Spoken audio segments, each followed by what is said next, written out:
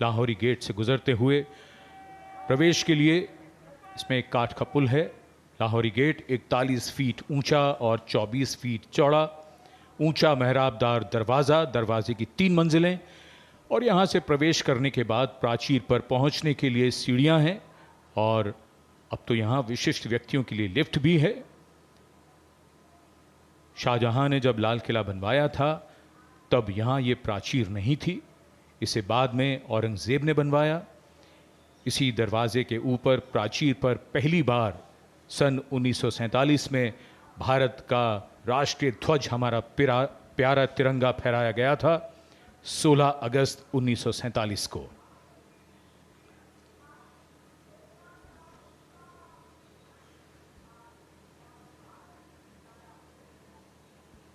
The school children awaiting the arrival of the Prime Minister at the ramparts, and this is the first level of the ramparts.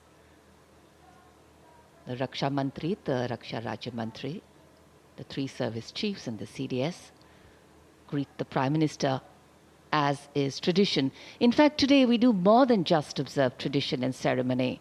We momentarily pause and reflect on the true meaning of words that keep punctuating our conversations on every 15th of August, freedom and independence. Words that seem fairly straightforward in their meaning, but are highly nuanced in reality and real life. The endeavor of all governance, policies and programs is to ensure that these values are lived socially, financially and physically. लाल किले की प्राचीर पर विशिष्ट दर्शक दीर्घा, जहां पर केंद्रीय मंत्रिमंडल के सदस्य मौजूद हैं, वरिष्ठ अधिकारीगण, विदेशी राजनयिक और साथ ही हाल ही में संपन्न हुए पेरिस ओलंपिक खेलों में देश को पदक दिलाने वाले यशस्वी खिलाड़ी, जिन्होंने भारत का परचम फहराया और देश का नाम रोशन किया। 78वें स्वाधीनता दिवस का ये पावन अवसर है। मौसम करवट ले रहा है, थोड़ी बहुत बूंदाबांदी हो रही है, लेकिन देशवासियों का जो संकल्प है, देश के प्रति त्याग और बलिदान, समर्पण की जो भावना है, वो न कभी कम हुई है, न कम होगी। माई भारत का लोगो तिरंगे में समाहित होकर के बहुत ही नयनाभिराम दृश्य प्रस्तुत कर रहा है। आज के इस स्वाधीनता दिवस समारोह को विशेष कलेवर प्रदान कर रहे हैं देश के कोने कोने से पहुंचे हजारों की संख्या में वे प्रतिभागी, जिन्होंने भारत सरकार की कल्याणकारी योजनाओं का लाभ उठाया है और देश को आगे बढ़ाने में महत्वपूर्ण भूमिका निभा रहे हैं। मौसम लगातार करवट बदलता हुआ आंख मिचौली सी चल रही है। बारिश कभी थम जाती है, फिर होने लगती है, और ऐसा तो हम सब मानते हैं कि शुभ अवसर पर बारिश अगर हो तो उसे और भी शुभ माना जाता है। भारत की भूमि ने सदैव वसुदैव कुटुंबकम का संदेश दिया है। लाल किले के सामने का पूरा इलाका सर्वधर्म समभाव की शानदार तस्वीर पेश करता है। ठीक सामने बाईं ओर श्री दिगंबर जैन लाल मंदिर जी है। इसी में पक्षियों का एक चिकित्सालय भी है। इसके आगे प्राचीन गौरी शंकर मंदिर। हम सब जानते हैं कि सावन के महीने में श्रद्धालु यहाँ विशेष तौर पर उमड़ते हैं। गुरुद्वारा सीसगंज साहिब, त्याग और बलिदान की तस्वीर।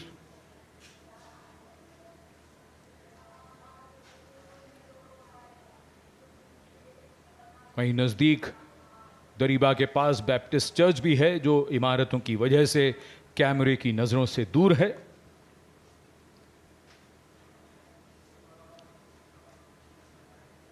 लाल किले के सामने चांदनी चौक के आखिरी छोर पर फतेहपुरी मस्जिद।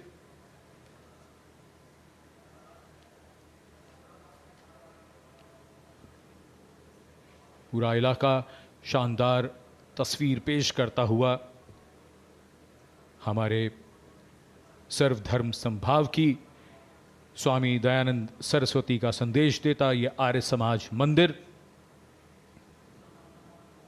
और लाल किले के बाईं ओर भोजला पहाड़ी पर बनी Jama Masjid.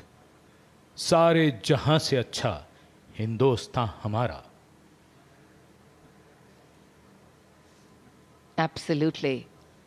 And national celebrations have this beautiful way of foregrounding really what we all have in common and eclipsing that which makes us different. And what better celebration than today's to unite the largest democracy in the world, and today with much over 1 billion heads and hearts suffused in saffron, white and green, colors which have shed their individual identity to become one color, the color of nationhood.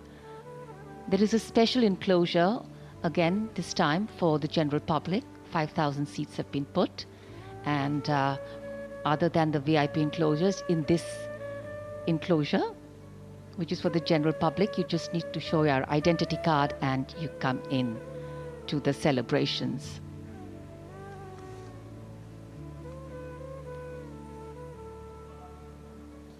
Well, as we said, freedom has many forms of expression, and yes, the weather is one of them.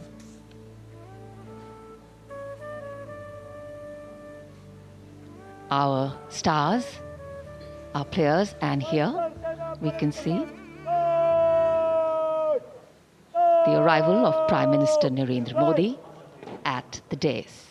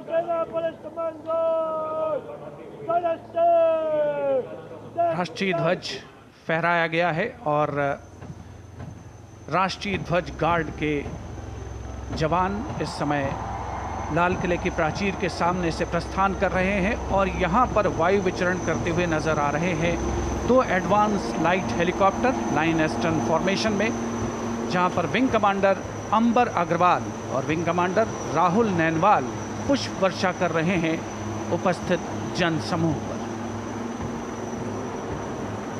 मन में फूल खिल रहे हैं और आकाश से भी पुष्प वर्षा हो रही है और भारत मना रहा है अपना स्वाधीनता दिवस।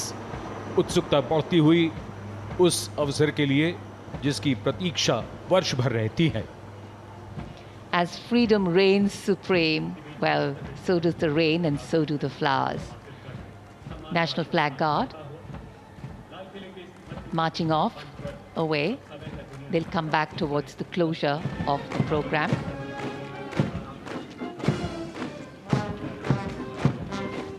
राष्ट्रीय ध्वज गार्ड में सेना की टुकड़ी की कमान संभाली थी मेजर दिनेश एन ने। नौसेना की टुकड़ी की कमान संभाल रहे थे लेफ्टिनेंट कमांडर सचिन धनखड़ और वायुसेना की टुकड़ी की कमान संभाली स्क्वाड्रन लीडर CS श्रवण देवैया ने। दिल्ली पुलिस के जवान भी इस राष्ट्रीय ध्वज गार्ड में शामिल, जिनकी कमान संभाली है एडिशनल DCP अचिन गर्ग ने। इंटर सर्विसेज गार्ड में इस बार समन्वय का दायित्व नौसेना को सौंपा गया था, जिसका नेतृत्व कर रहे थे कमांडर विनय दुबे।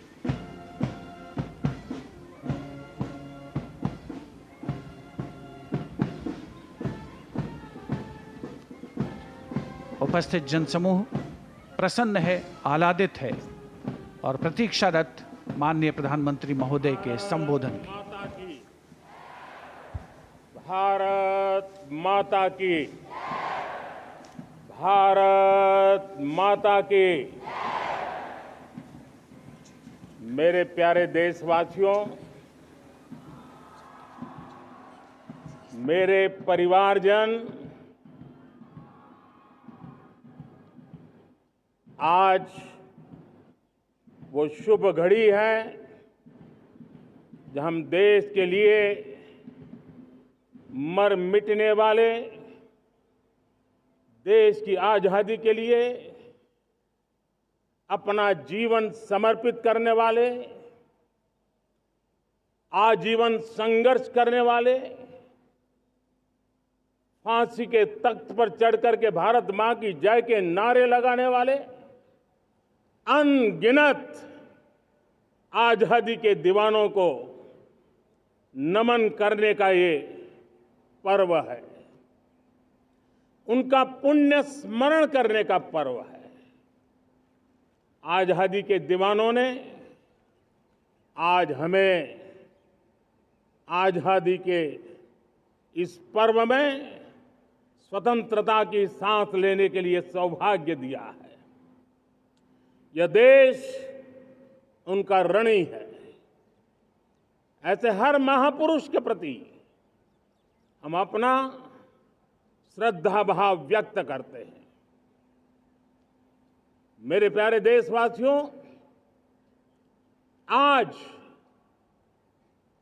जो महानुभाव राष्ट्र रक्षा के लिए और राष्ट्र निर्माण के लिए पूरी लगन से, पूरी प्रतिबद्धता के साथ देश की रक्षा भी कर रहे हैं, देश को नई ऊंचाई पर ले जाने का प्रयास भी कर रहे हैं। चाहे वो हमारा किसान हो, हमारा जवान हो, हमारे नौजवानों का हौसला हो, हमारी माताओं बहनों का योगदान हो, दलित हो, पीड़ित हो, शोषित हो, वंचित हो, अभावों के बीच भी स्वतंत्रता के प्रति उसकी निष्ठा, लोकतंत्र के प्रति उसकी श्रद्धा, ये पूरे विश्व के लिए एक प्रेरक घटना है। मैं आज ऐसे सभी को आदरपूर्वक नमन करता हूं। प्यारे देशवासियों, इस वर्ष और पिछले कुछ वर्षों से प्राकृतिक आपदा के कारण हम सबकी चिंता बढ़ती चली जा रही है। प्राकृतिक आपदा में अनेक लोगों ने अपने परिवारजन खोए हैं, संपत्ति खोई है, राष्ट्र ने भी पारावार नुकसान भोगा है। मैं आज उन सब के प्रति अपनी संवेदना व्यक्त करता हूं और मैं उन्हें विश्वास दिलाता हूं कि यह देश इस संकट की घड़ी में उन सब के साथ खड़ा है। मेरे प्यारे देशवासियों, हम जरा आजादी के पहले के वो दिन याद करें। सैकड़ों साल की गुलामी, हर कालखंड संघर्ष का रहा। युवा हो, बुजुर्ग हो, किसान हो, महिला हो, आदिवासी हो, उन्होंने गुलामी के खिलाफ जंग लड़ते रहे, अविरत जंग लड़ते रहे। इतिहास गवाह है कि 1857 के स्वातंत्र संग्राम जिसको हम याद करते हैं, उसके पूर्व भी हमारे देश के कई आदिवासी क्षेत्र थे जहां आजादी का जंग लड़ा जाता था। साथियों, गुलामी का इतना लंबा कालखंड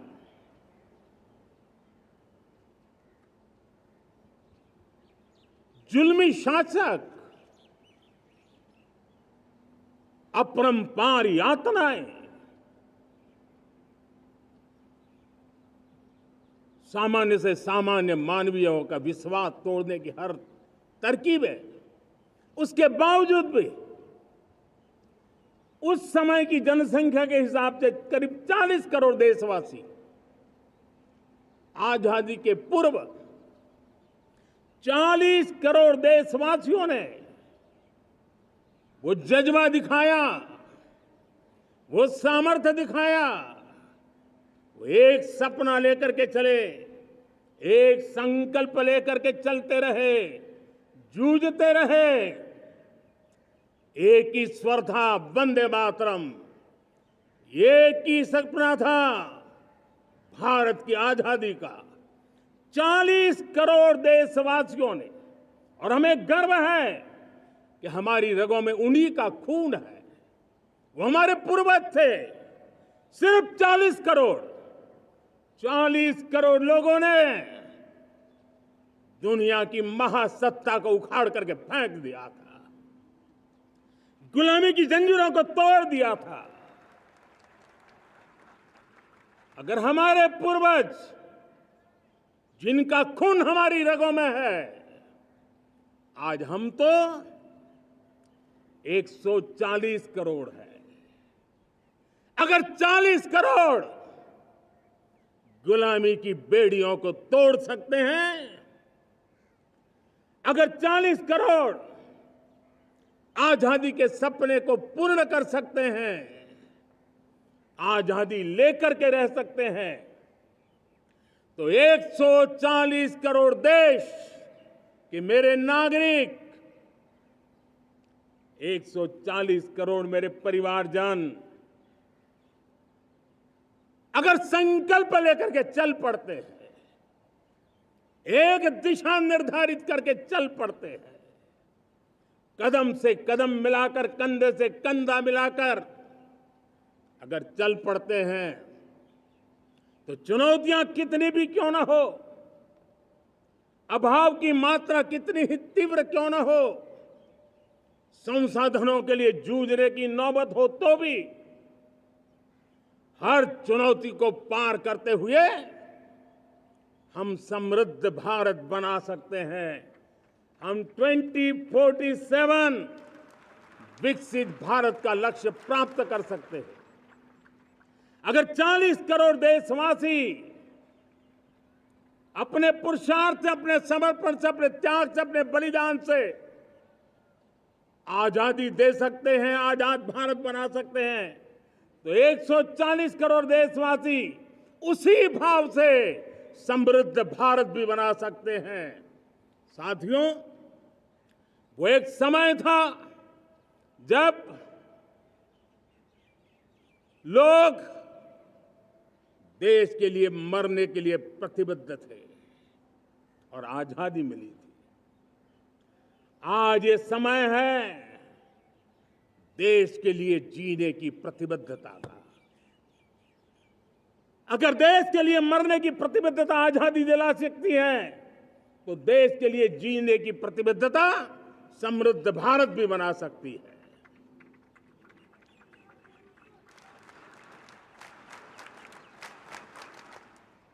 साथियों, विकसित भारत 2047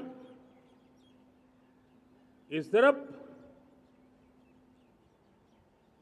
भाषण के शब्द नहीं है। इसके पीछे कठोर परिश्रम चल रहा है। देश के कोटि कोटि जनों के सुझाव लिए जा रहे हैं और हमने देशवासियों से सुझाव मांगे और मुझे प्रसन्नता है कि मेरे देश के करोड़ों नागरिकों ने विकसित भारत 2047 के लिए अनगिनत सुझाव दिए हैं।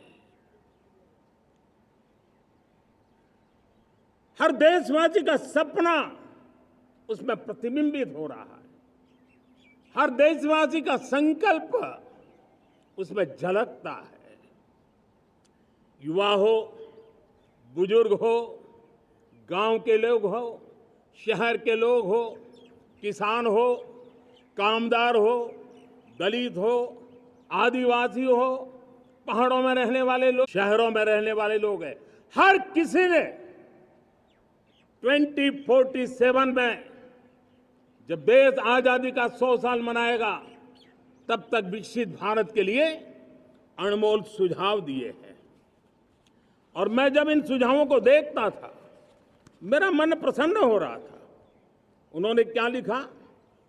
कुछ लोगों ने कहा कि दुनिया का स्किल कैपिटल बनाने का सुझाव हमारे सामने रखा। 2047 विकसित भारत के लिए कुछ लोगों ने भारत को मैन्युफैक्चरिंग का ग्लोबल हब बनाने के लिए सुझाव दिया। कुछ लोगों ने भारत की हमारी यूनिवर्सिटीज ग्लोबल बने इसके लिए सुझाव दिया।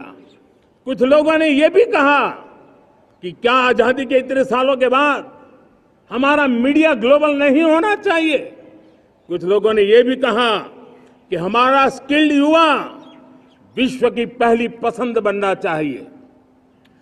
कुछ लोगों ने सुझाव दिया भारत को जल्द से जल्द जीवन के हर क्षेत्र में आत्मनिर्भर बनना चाहिए। कई लोगों ने सुझाव दिया कि हमारे किसान जो मोटा अनाज पैदा करते हैं, जिसको हम श्री अन्न कहते हैं, उस सुपर फूड को दुनिया के हर डाइनिंग टेबल पर पहुंचाना है। हमें विश्व के पोषण को भी बल देना है और भारत के छोटे किसानों को भी मजबूती देनी है। कई लोगों ने सुझाव दिया कि देश में स्थानीय स्वराज की संस्थाओं से लेकर के अनेक इकाइयां हैं, उन सब में गवर्नेंस के रिफॉर्म की बहुत जरूरत है। कई लोगों ने लिखा कि न्याय के अंदर जो विलंब हो रहा है उसके प्रति चिंता जाहिर की और ये भी कहा कि हमारे देश में न्याय व्यवस्था में रिफॉर्म की बहुत बड़ी जरूरत है। कई लोगों ने लिखा कि कई ग्रीनफील्ड सिटीज बनाने की अब समय की मांग है। किसी ने बढ़ती हुई प्राकृतिक आपदाओं के बीच शासन प्रशासन में कैपेसिटी बिल्डिंग के लिए एक अभियान चलाने का सुझाव दिया। बहुत सारे लोगों ने यह सपना भी देखा है कि अंतरिक्ष में भारत का स्पेस स्टेशन जल्द से जल्द बनना चाहिए। किसी ने कहा भारत की जो पारंपरिक ट्रेडिशनल मेडिसिन है, हमारी औषधि है, दुनिया जब आज होलिस्टिक हेल्थ केयर की तरफ जा रही है तब हमें भारत की पारंपरिक औषधियां और वेलनेस हब के रूप में भारत को विकसित करना चाहिए। कोई कहते हैं कि अब देर नहीं होनी चाहिए, भारत जल्द से जल्द दुनिया की तीसरी सबसे बड़ी इकोनॉमी बनना चाहिए। साथियों, मैं इसलिए पढ़ रहा था कि मेरे देशवासियों ने सुझाव दिए, मेरे देश के सामान्य नागरिक ने ये सुझाव हमें दिए हैं। मैं समझता हूं जब देशवासियों की इतनी विशाल सोच हो, देशवासियों के इतने बड़े सपने हो, देशवासियों की इन बातों में जब संकल्प झलकते हो, तब हमारे भीतर एक नया संकल्प दृढ़ बन जाता है, हमारे मन में आत्मविश्वास नई ऊंचाई पर पहुंच जाता है। और साथियों, देशवासियों का ये भरोसा सिर्फ कोई इंटेलेक्चुअल डिबेट नहीं है, ये भरोसा अनुभव से निकला हुआ है। ये विश्वास लंबे कालखंड के परिश्रम की पैदावार है और इसलिए देश का सामान्य मानव याद करता है जब लाल किले से कहा जाता है कि हिंदुस्तान के 18,000 गांवों में समय सीमा में बिजली पहुंचाएंगे और वो काम हो जाता है, तब भरोसा मजबूत हो जाता है। जब ये तय होता है कि आजादी के इतने सालों के बाद भी 2.5 करोड़ परिवार ऐसे हैं जहां बिजली नहीं है, वो अंधेरे में जिंदगी गुजारते हैं, 2.5 करोड़ घरों में बिजली पहुंच जाती है, तब सामान्य मानवीय का भरोसा बढ़ जाता है। जब लाल किले से स्वच्छ भारत की बात कही जाए, तब इस देश के अग्रिम हरोर पंक्ति में बैठे हुए लोग हो, गांव के लोग हो, गरीब बस्ती में रहने वाले लोग हो, छोटे छोटे बच्चे हो, हर परिवार के अंदर स्वच्छता का वातावरण बन जाए, स्वच्छता की चर्चा हो, स्वच्छता के संदर्भ में एक दूसरे को रोक टोकने का निरंतर प्रयास चलता रहे। मैं समझता हूं कि ये भारत के अंदर आई हुई नई चेतना का प्रतिबिंब है। जब देश के सामने लाल किले से कहा जाए कि आज हमारे परिवारों में 3 करोड़ परिवार ऐसे हैं जिनके घर में नल से जल मिलता है, आवश्यक है हमारे इन परिवारों को पीने का शुद्ध पानी पहुंचे। जल जीवन मिशन के तहत इतने कम समय में नए 12 करोड़ परिवारों को जल जीवन मिशन के तहत नल से जल पहुंच रहा है। आज 15 करोड़ परिवार इसके लाभार्थी बन चुके हैं। हमारे कौन लोग वंचित थे इन व्यवस्थाओं से, कौन पीछे रह गए थे? समाज के अग्रिम पंक्ति के लोग इसके लिए अभाव में नहीं जीते थे। मेरे दलित, मेरे पीड़ित, मेरे शोषित, मेरे आदिवासी भाई बहन, मेरे गरीब भाई बहन, मेरे झुग्गी झोपड़ी में जिंदगी गुजारने वाले लोग, वही तो इन चीजों के अभाव में जी रहे थे। हमने अनेक ऐसे प्राथमिक आवश्यकताओं की पूर्ति के लिए जो प्रयास किया और उसका परिणाम हमारे इन सारे समाज के बंधुओं को मिला है। हमने वोकल फॉर लोकल का मंत्र दिया। आज मुझे खुशी है कि वोकल फॉर लोकल ने अर्थतंत्र के लिए एक नया मंत्र बन गया है। हर डिस्ट्रिक्ट अपनी पैदावार के लिए गर्व करने लगा है। 1 डिस्ट्रिक्ट 1 प्रोडक्ट का माहौल बना है। अब 1 डिस्ट्रिक्ट 1 प्रोडक्ट को 1 डिस्ट्रिक्ट का 1 प्रोडक्ट एक्सपोर्ट कैसे हो, उस दिशा में हर जिले सोचने लगे हैं।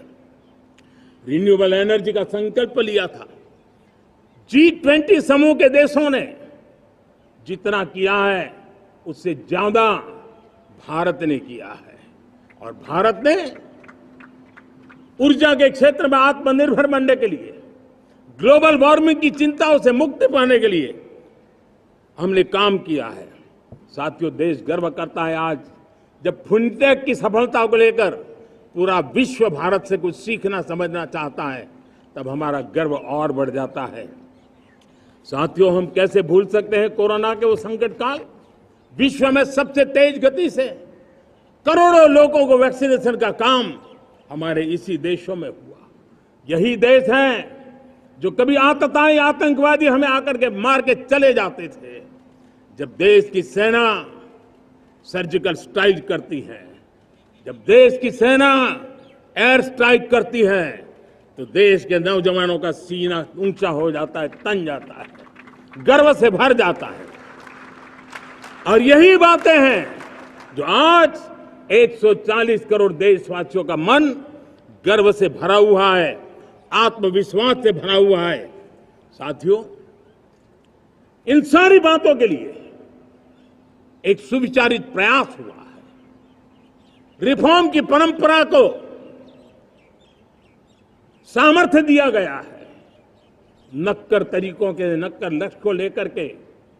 और जब राजनीतिक नेतृत्व की संकल्प शक्ति हो, दृढ़ विश्वास हो, जब सरकारी मशीनरी उसको लागू करने के लिए समर्पण भाव से जुट जाती है, और जब देश के हर नागरिक उस सपने को पूरा करने के लिए, जन भागीदारी करने के लिए, जन आंदोलन बनाने के लिए आगे आता है, तब हमें निश्चित परिणाम मिलता ही रहता है। मेरे प्यारे देशवासियों, हम ये न भूलें कि इस देश उस परिस्थितियों से भी दशकों तक भी आजादी के बाद समय बिताया है।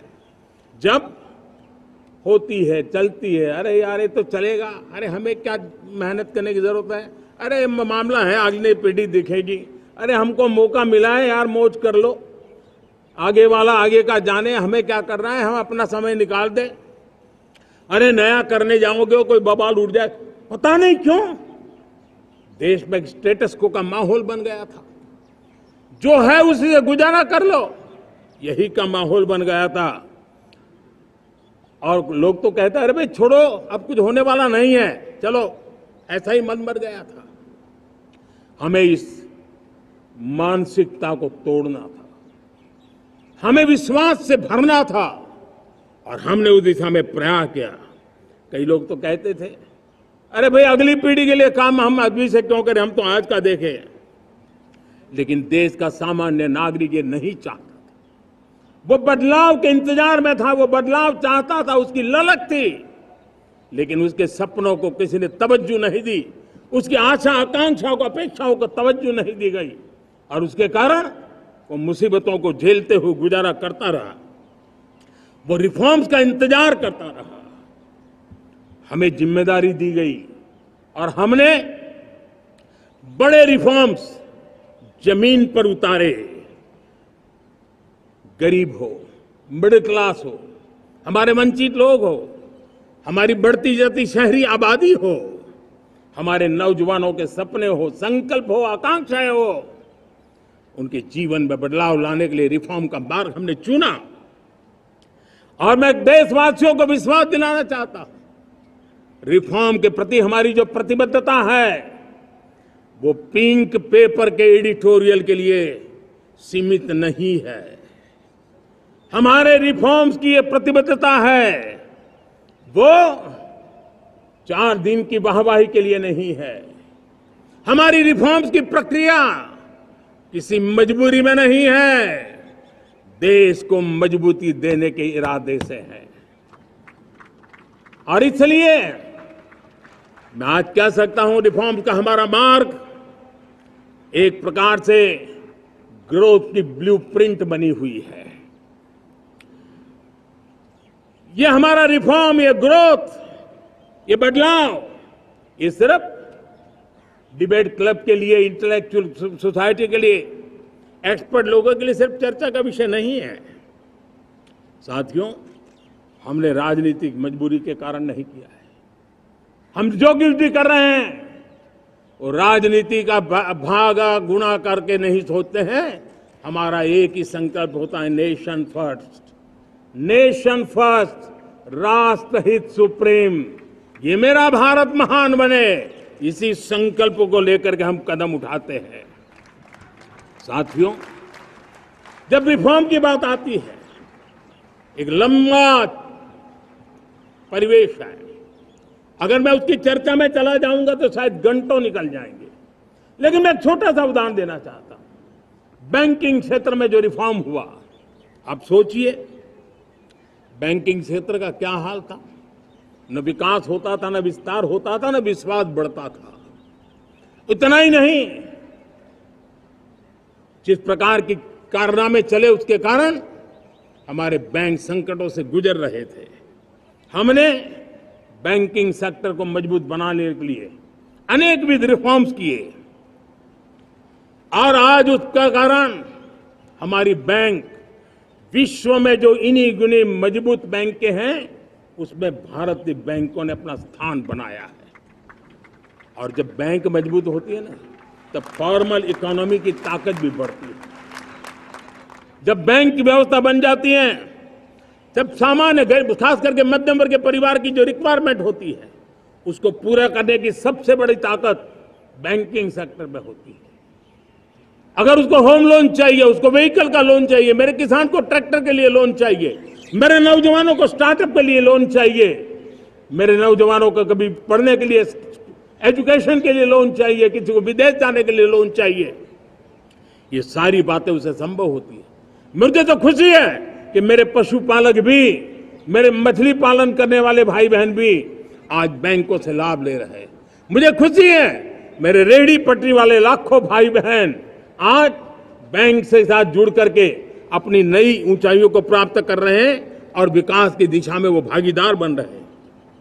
हमारे एमएसएमईज, हमारे लघु उद्योग के लिए तो बैंक एक सबसे बड़ी सहायक होती है।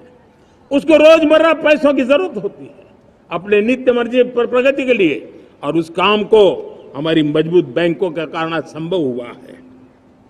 साथियों, दुर्भाग्य से हमारे देश में आजादी तो मिली, लेकिन लोगों को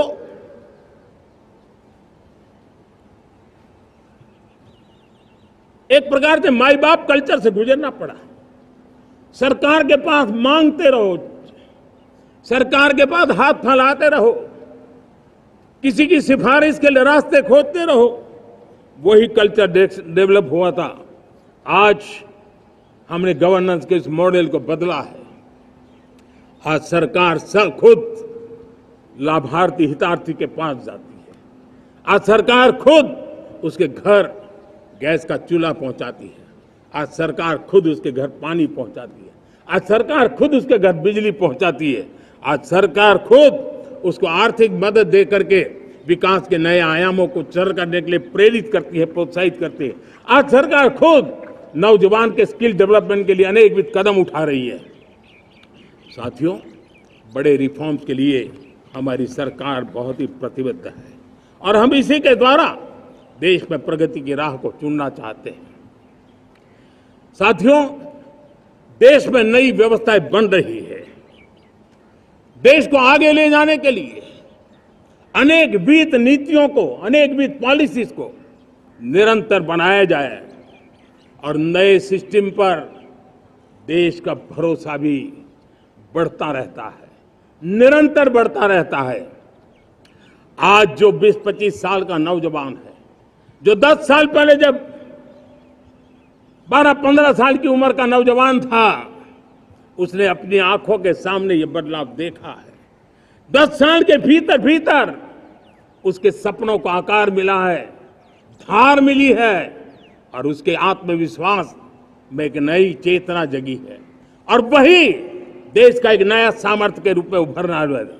आज विश्व भर में भारत की साख बढ़ी है, भारत के प्रति देखने का नजरिया बदला है।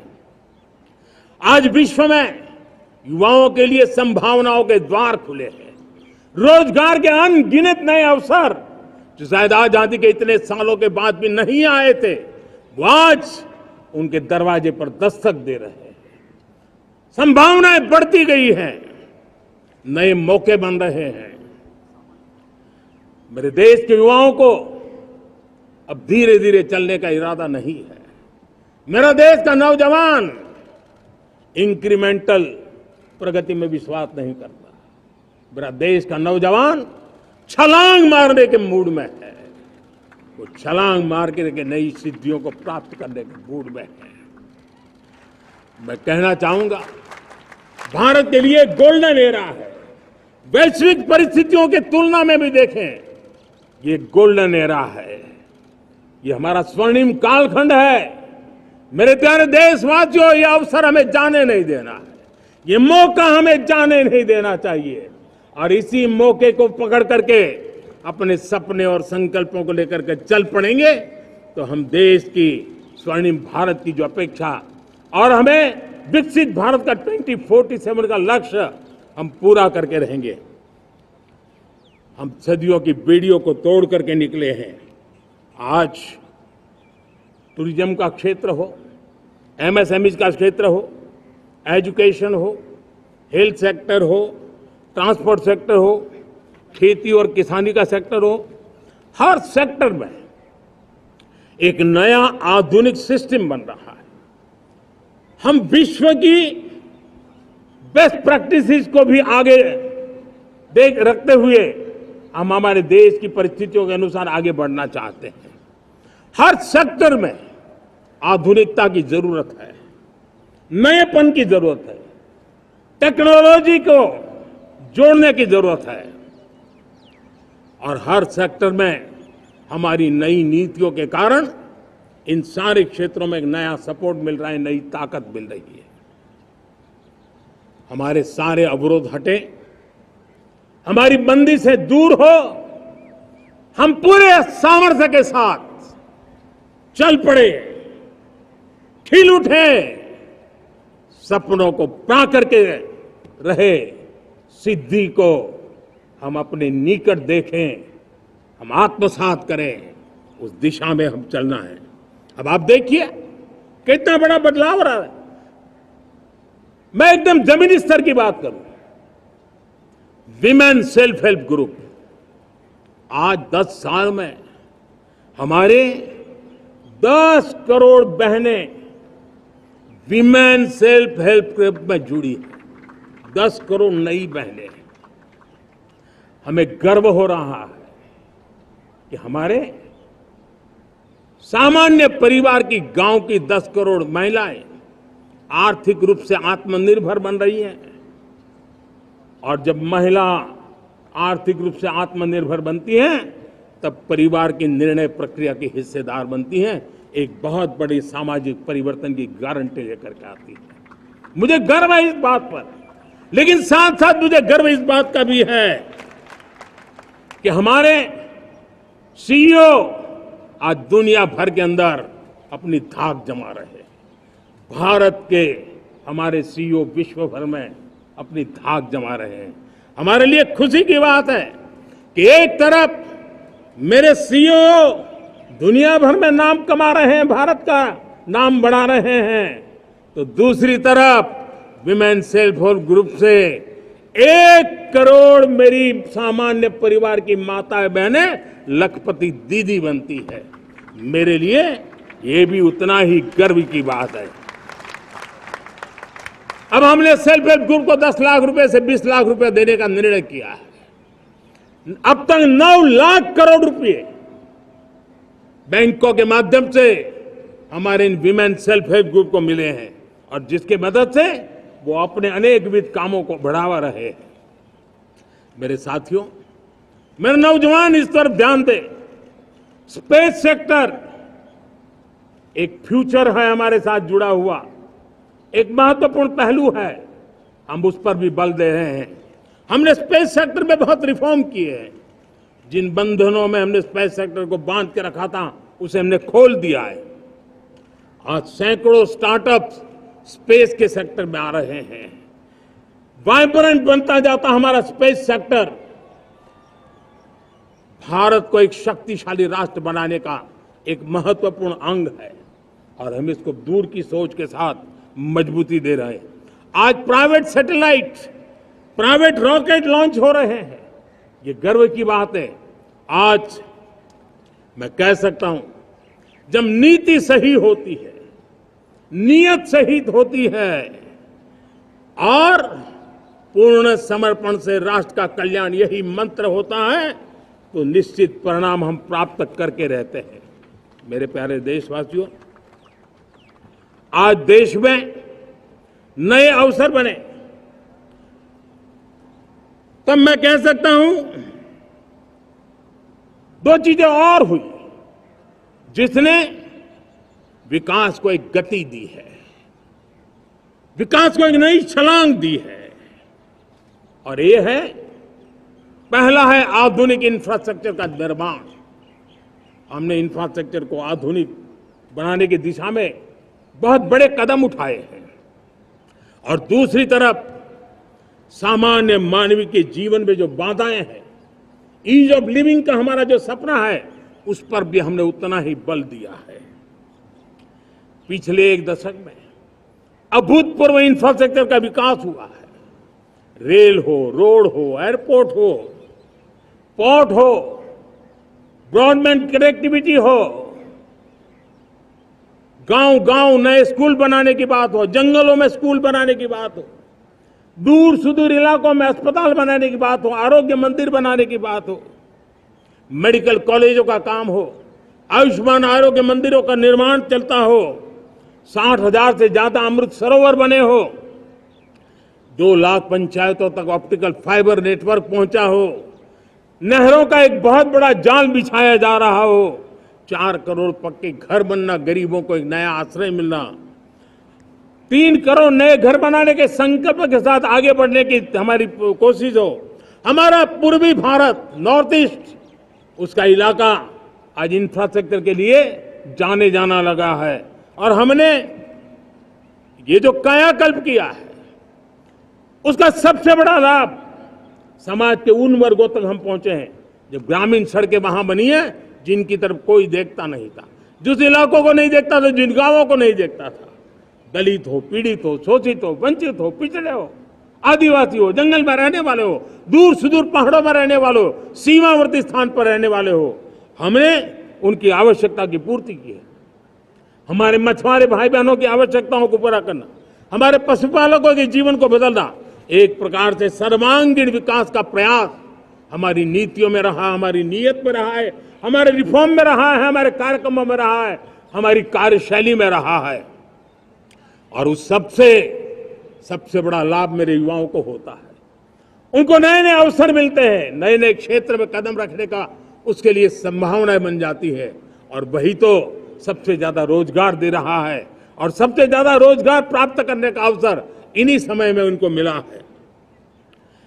हमारा जो मध्यम वर्गीय परिवार है, मध्यम वर्गीय परिवार को क्वालिटी ऑफ लाइफ वो स्वाभाविक उसकी अपेक्षा रहती है।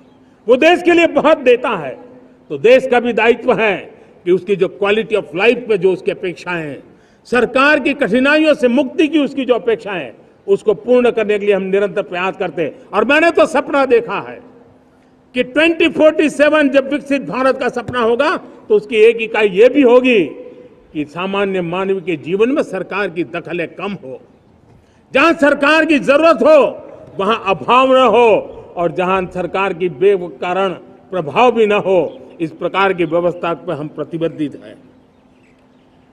मेरे प्यारे देशवासियों, हम छोटी छोटी जरूरतों पर भी ध्यान देते हैं, हम छोटी छोटी आवश्यकताओं पर ध्यान देते हैं और उसको लेकर हम चलते हैं। चाहे हमारे गरीब का घर का चूल्हा जलता रहे, गरीब की मां को कभी आंसू पी करके सोना न पड़े, और इसके लिए मुफ्त इलाज की योजना हमारी चल रही है। बिजली, पानी, गैस अब सैचुरेशन के मूड पर है। और जब हम सैचुरेशन की बात करते हैं वो 100% होता है। जब सैचुरेशन होता है तो उसको जातिवाद का रंग नहीं लगता है। जब सैचुरेशन होता है तो उसमें पांथिकता का रंग नहीं लगता है। जब सैचुरेशन का मंत्र होता है तब सच्चे अर्थ में सबका साथ सबका विकास का मंत्र साकार होता है। लोगों के जीवन में सरकार की दखल कम हो, उस दिशा में हमने हजारों कंप्लायंसेस के लिए सरकार सामान्य मानवी पर बोझ डालती थी, उन सारे कंप्लायंसेस को दूर किया। हमने देशवासियों के लिए 1,500 से ज्यादा कानूनों को खत्म कर दिया ताकि कानूनों की जंजाल के अंदर देशवासियों को फंसना न पड़े। हमने छोटी छोटी गलतियों के कारण ऐसे कानून बने थे उनको जेल में अंदर धकेल दिया जाए। हमने उन छोटे छोटे कारणों से जेल जाने के जो परंपराएं थी उन सारे कानूनों को नष्ट कर दिया और उसको कानूनों को जेल भेजने के प्रावधान को व्यवस्था से बाहर कर दिया है। आज हमने जो आजादी की विरासत के गर्व की बात हम जो करते हैं, सदियों से हमारे पास जो क्रिमिनल लॉ थे, आज हमने उसको नए क्रिमिनल लॉ जिसको हमने न्याय संहिता के रूप में, और जिसके मूल में दंड नहीं पर नागरिक को न्याय, इस भाव को हमने प्रबल बनाया है। ईज ऑफ लिविंग बनाने के लिए देशव्यापी मिशन में काम कर हर लेवल पर मैं सरकार के प्रतिनिधियों का आह्वान करता हूं। मैं जनप्रतिनिधि, वो किसी भी दल के क्यों न हो, किसी भी राज्य के क्यों न हो, सबसे आग्रह करता हूं कि हमने एक मिशन मोड में ईज ऑफ लिविंग के लिए कदम उठाने चाहिए। मैं हमारे युवाओं को, प्रोफेशनल्स को, सबको मैं कहना चाहता हूं, आप अपने स्थान पर जहां पर आपको छोटी छोटी दिक्कतें होती है, आप उसके सॉल्यूशन को लेकर के सरकार को चिट्ठी लिखते रहिए। सरकार को बताइए कि बिना कारण की कठिनाई आए उसको दूर करने से कोई नुकसान नहीं है। मैं पक्का मानता हूं आज सरकारें संवेदनशील है। हर सरकार, स्थानीय स्वराज्य की संस्था होगी या राज्य सरकार होगी या केंद्र सरकार होगी, उसको तवज्जो देगी। गवर्नेंस में रिफॉर्म्स, ये हमें विकसित भारत 2047 के सपने के लिए हमने उसको जोर लगा करके आगे बढ़ाना होगा, ताकि सामान्य मानवी के जीवन में अवकाश ही अवकाश पैदा हो, रुकावटें खत्म ही खत्म होती चली जाए। नागरिकों का डिग्निटी ऑफ सिटीजन, नागरिकों के जीवन में सम्मान मिले। डिलीवरी के संबंध में कभी किसी को ये कहने की नौबत ना आया कि ये तो मेरा हक था कि मुझे मिला नहीं, उसको खोजना न पड़े। सरकार के गवर्नेंस में डिलीवरी सिस्टम को और मजबूती चाहिए। आप देखिए, देश में जब हम रिफॉर्म की बात करते हैं, आज देश में करीब करीब 3 लाख संस्थाएं काम कर रही है, चाहे पंचायत हो, नगर पंचायत हो, नगर पालिका हो, महानगर पालिका हो, यूटी हो, स्टेट हो, डिस्ट्रिक्ट हो, केंद्र, छोटी मोटी 3 लाख करीब करीब इकाइयां हैं। अगर ये हमारे 3 लाख इकाइयों को मैं आज आह्वान करता हूं कि अगर आप साल में अपने स्तर पर जिन चीजों की जरूरत है सामान्य मानव के लिए 2 रिफॉर्म करें। ज्यादा नहीं कह रहा हूं मेरे साथियों, एक पंचायत हो, एक राज्य सरकार हो, कोई विभाग हो, सिर्फ 1 साल में 2 रिफॉर्म और उसको जमीन पर उतारें। आप देखिए, हम देखते ही देखते 1 साल में करीब करीब 25-30 लाख रिफॉर्म कर सकते हैं। जब 25-30 लाख रिफॉर्म हो जाए तब सामान्य मानवीय का विश्वास कितना बढ़ जाएगा, उसकी शक्ति राष्ट्र को नई ऊंचाई पर ले जाने में कितनी काम आएगी।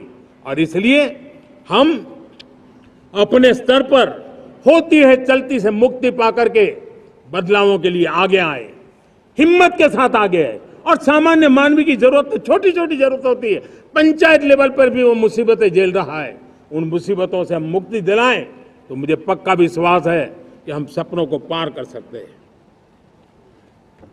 मेरे प्यारे देशवासियों, आज देश आकांक्षाओं से भरा हुआ है। हमारे देश का नौजवान नई सिद्धियों को चूमना चाहता है, नए नए शिखरों पर वो कदम रखना चाहता है।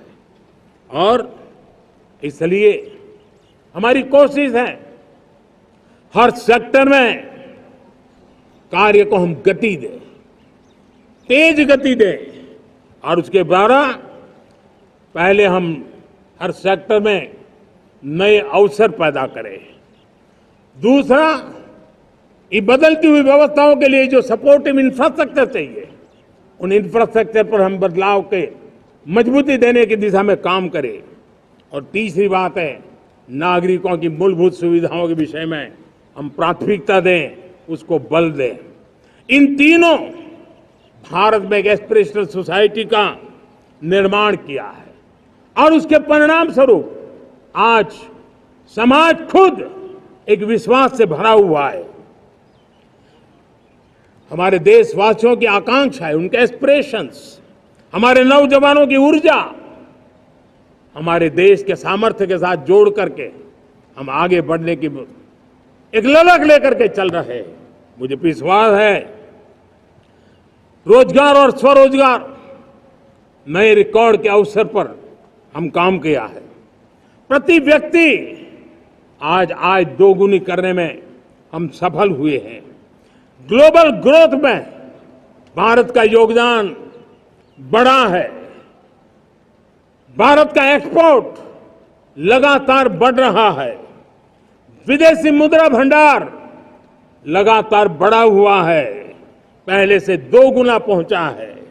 ग्लोबल संस्थानों का भारत के प्रति भरोसा बढ़ा है। मुझे विश्वास है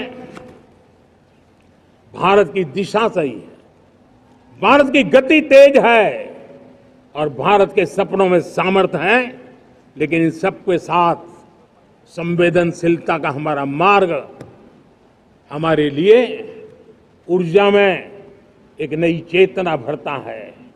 मम भाव हमारे कार्य की शैली है। समभाव भी चाहिए, मम भाव भी चाहिए, उसको लेकर के हम चल रहे हैं। साथियों, मैं जब कोरोना काल को याद करता हूं, कोरोना की वैश्विक महामारी के बीच सबसे तेजी से इकोनॉमी को बेहतर बनाने वाला कोई देश है तो वो देश भारत है। तब लगता है कि हमारी दिशा सही है। जब जात पात मत पंथ ऊपर उठकर हर घर तिरंगा फहराया जाता है, तब लगता है देश की दिशा सही है। आज पूरा देश तिरंगा है, हर घर तिरंगा है, न कोई जात है, न कोई पात है, न कोई ऊंच है, न कोई नीच है, सभी भारतीय है। यही तो हमारी दिशा की ताकत है। जब हम 25 करोड़ लोगों को गरीबी से बाहर निकालते हैं, तब हमारा विश्वास पक्का हो जाता है कि हमने गति को बराबर मेंटेन किया है और सपनों को साकार करना दूर नहीं है। जब 100 से अधिक आकांक्षी जिले अपने अपने राज्य के अच्छे जिलों की स्पर्धा कर रहे हैं, बराबरी करने लगे हैं, तो हमें लगता है कि हमारी दिशा और गति दोनों सामर्थ्यवान है।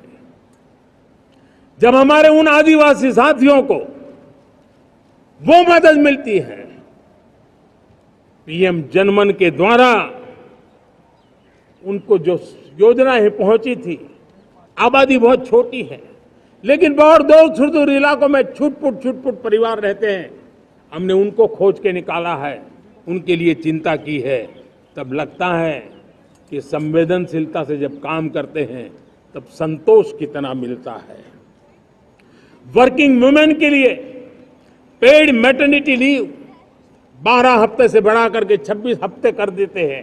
तब सिर्फ नारी का सम्मान ही करते इतना नहीं है, नारी के प्रति संवेदनशील भाव से निर्णय करते इतना नहीं, लेकिन उसके गोद में जो बच्चा पला है ना, उसको एक उत्तम नागरिक बनाने के लिए माँ की जो जरूरत है उसमें सरकार रुकावट न बने, इस संवेदनशील भावना से उस निर्णय को हम करते हैं।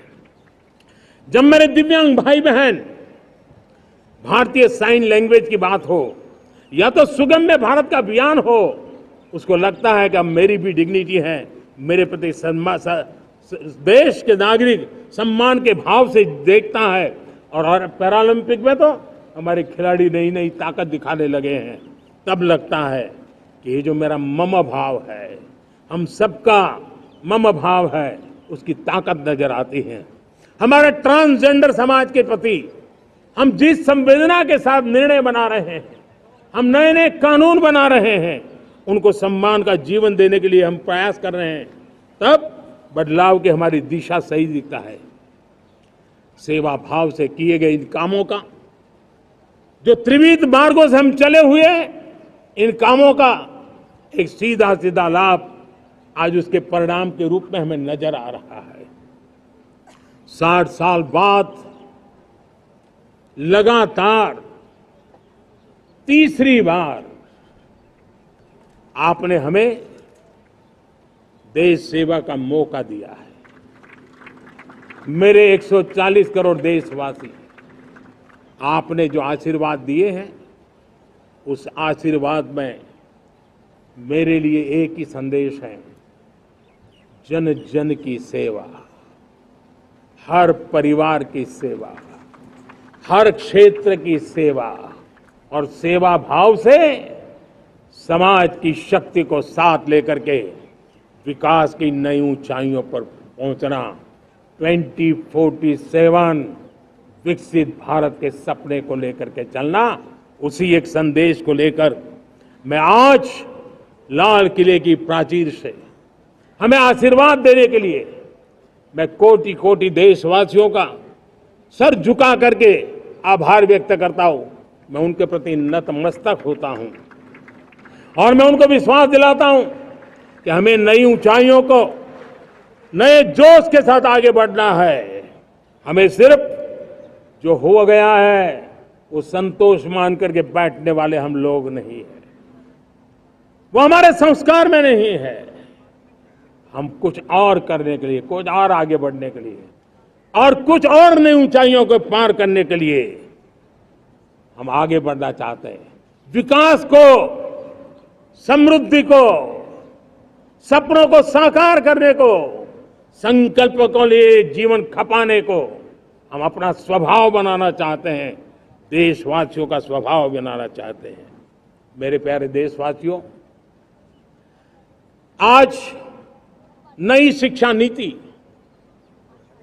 बहुतेक मात्रा में कई राज्यों ने उसको अच्छा इनिशिएटिव लिए हैं और उसके कारण आज एक 21वीं सदी के अनुरूप हमारी शिक्षा व्यवस्था को जो हम बल देना चाहते हैं और विकसित भारत के सपने के लिए जिस प्रकार से मानव समूह तैयार करना चाहते हैं, नई शिक्षा नीति बहुत बड़ी भूमिका अदा।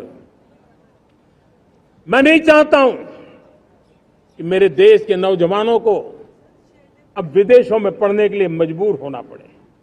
मध्यम वर्गीय परिवार के लाखों करोड़ों रुपया बच्चों को विदेश पढ़ने के लिए भेजने में खर्च हो जाए।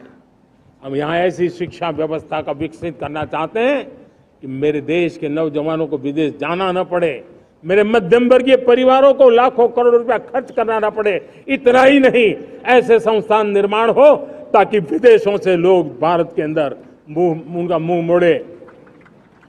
अभी अभी हमने बिहार का हमारा गौरवप्रद इतिहास रहा है, नालंदा यूनिवर्सिटी का पुनर्निर्माण किया है। फिर से एक बार नालंदा यूनिवर्सिटी काम करना शुरू कर दिया है। लेकिन हमें शिक्षा के क्षेत्र में फिर से एक बार सदियों पुराने उस नालंदा स्पिरिट को जगाना होगा, उस नालंदा स्पिरिट को जीना होगा, उस नालंदा स्पिरिट को लेकर के बड़े विश्वास के साथ विश्व की ज्ञान की परंपराओं को नई चेतना देने का काम हमें करना होगा। मुझे पक्का विश्वास है कि नई शिक्षा नीति ने मातृभाषा पर बल दिया है। मैं राज्य सरकारों से कहूंगा, मैं देश की सभी संस्थानों से कहूंगा कि भाषा के कारण हमारे देश की टैलेंट को रुकावट नहीं आनी चाहिए, भाषा अवरुद्ध नहीं होनी चाहिए। मातृभाषा का सामर्थ्य हमारे देश के छोटे छोटे गरीब से गरीब मां के बेटे को भी सपने पूरा करने का ताकत देता है। और इसलिए हमने हमारी मातृभाषा में पढ़ाई, जीवन में मातृभाषा का स्थान, परिवार में मातृभाषा का स्थान, उसकी ओर हमें बल देना होगा। मेरे प्यारे देशवासियों, जिस प्रकार से आज विश्व का बदलाव नजर आ रहा है और तब जाकर के स्किल का महत्व बहुत बढ़ गया है और हम स्किल को और नई एक ताकत देना चाहते हैं। हम इंडस्ट्री 4.0 को ध्यान में रख करके हम स्किल डेवलपमेंट चाहते हैं। हम जीवन के हर क्षेत्र में, हम एग्रीकल्चर सेक्टर में भी कैपेसिटी बिल्डिंग करके देने के लिए स्किल डेवलपमेंट चाहते हैं। हम तो हमारा सफाई का क्षेत्र हो, उसमें भी एक नए स्किल डेवलपमेंट की ओर बल देना चाहते हैं। और हम स्किल इंडिया प्रोग्राम को बहुत व्यापक रूप से इस बार लेकर के आए हैं। बजट में भी इसका बहुत बड़ा, इस बजट में इंटर्नशिप को भी हमने बल दिया है ताकि हमारे नौजवानों को एक एक्सपीरियंस मिले, उनकी कैपेसिटी बिल्डिंग हो और बाजार में उनका ताकत दिखाई दे। उस प्रकार से मैं स्किल युवाओं को तैयार करना चाहता हूं। और इसलिए कई बार, और दोस्तों, आज विश्व की परिस्थिति को देखते हुए मैं साफ साफ देख रहा हूं कि भारत का स्किल्ड मैन पावर जो है, हमारा स्किलफुल जो नौजवान है, वो ग्लोबल जॉब मार्केट में अपनी दमक बनाए। हम उस सपने को लेकर के आगे चल रहे हैं। साथियों, विश्व जिस तेजी से बदल रहा है, जीवन के हर क्षेत्र में साइंस और टेक्नोलॉजी का महत्व बढ़ता चला जाने वाला है। हमें साइंस को बहुत बढ़ देने की आवश्यकता है। और मैंने देखा चंद्रयान की सफलता के बाद हमारे स्कूल कॉलेज के अंदर साइंस और टेक्नोलॉजी के प्रति एक नई रुचि का वातावरण बना है, नई दिलचस्पी बढ़ी है। तब हमारे शिक्षा संस्थानों ने ये जो मनोभाव बना है, उसको नर्चर करने के लिए आगे आना होगा। भारत सरकार ने भी रिसर्च के लिए सपोर्ट बढ़ा दिया है। हमने ज्यादा से ज्यादा चेयर स्थापित किए हैं। हमने नेशनल रिसर्च फाउंडेशन बना करके हमने उसको एक कानूनी परिवेश में ला करके स्थायी रूप से एक व्यवस्था विकसित की है ताकि रिसर्च को लेकर के निरंतर बल मिले और ये रिसर्च फाउंडेशन उस काम को करे। मेरे बड़े गर्व की बात है कि बजट में हमने 1 लाख करोड़ रुपया रिसर्च और इनोवेशन के लिए हमने देने का निर्णय किया है, ताकि हमारे देश के नौजवान के पास जो आइडियाज है उस आइडियाज को हम जमीन पर उतार पाए। साथियों, आज भी हमारे देश में मेडिकल एजुकेशन के लिए हमारे बच्चे बाहर जा रहे हैं। वैसा कहा मैंने, बड़े बहुत ज्यादातर मध्यम वर्गीय परिवार के, उनके लाखों करोड़ों रुपए खर्च हो जाते हैं, और तब जाकर के हमने पिछले 10 साल में मेडिकल सीटों को करीब करीब 1 लाख कर दिया। आज मैं करीब करीब 25,000 युवा हर साल विदेश में मेडिकल एजुकेशन के लिए जाते हैं, और ऐसे ऐसे देश में जाना पड़ रहा है, कभी कभी तो मैं सुनता हूं तो हैरान हो जाता हूं। और इसलिए हमने तय किया है कि अगले 5 साल में मेडिकल लाइन में 75,000 नई सीटें बनाई जाएगी। मेरे प्यारे देशवासियों, विकसित भारत 2047 वो स्वस्थ भारत भी होना चाहिए, और जब स्वस्थ भारत हो तो आज जो बच्चे हैं उनके पोषण पर आज से ही ध्यान देने की जरूरत है। और इसलिए हमने विकसित भारत की जो पहली पीढ़ी है उनकी तरफ विशेष ध्यान दे करके हमने पोषण का एक अभियान चला है। हमने राष्ट्रीय पोषण मिशन शुरू किया है, पोषण को हमने प्राथमिकता दी है। मेरे प्यारे देशवासियों, हमारी कृषि व्यवस्था को ट्रांसफॉर्म करना बहुत जरूरी है, समय की मांग है।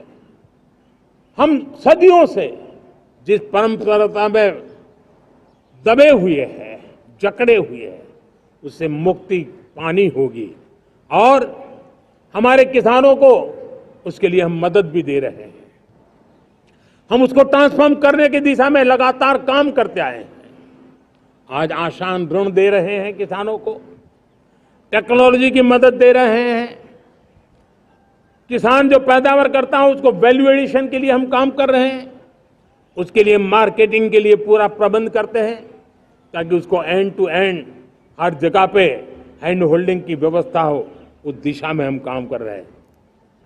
आज जब धरती माता के प्रति सारा विश्व चिंतित है, जिस प्रकार से उर्वरक के कारण हमारी धरती माता की शहद दिनों दिन बिगड़ता जा रही है, हमारी धरती माता की उत्पादकता क्षमता खत्म होती चली जा रही है, कम होती चली जा रही है, और उस समय मैं मेरे देश के लाखों किसानों का आभार व्यक्त करना चाहता हूं, जिन्होंने प्राकृतिक खेती का रास्ता चुना है और हमारी धरती माता की सेवा करने का भी उन्होंने बीड़ा उठाया है।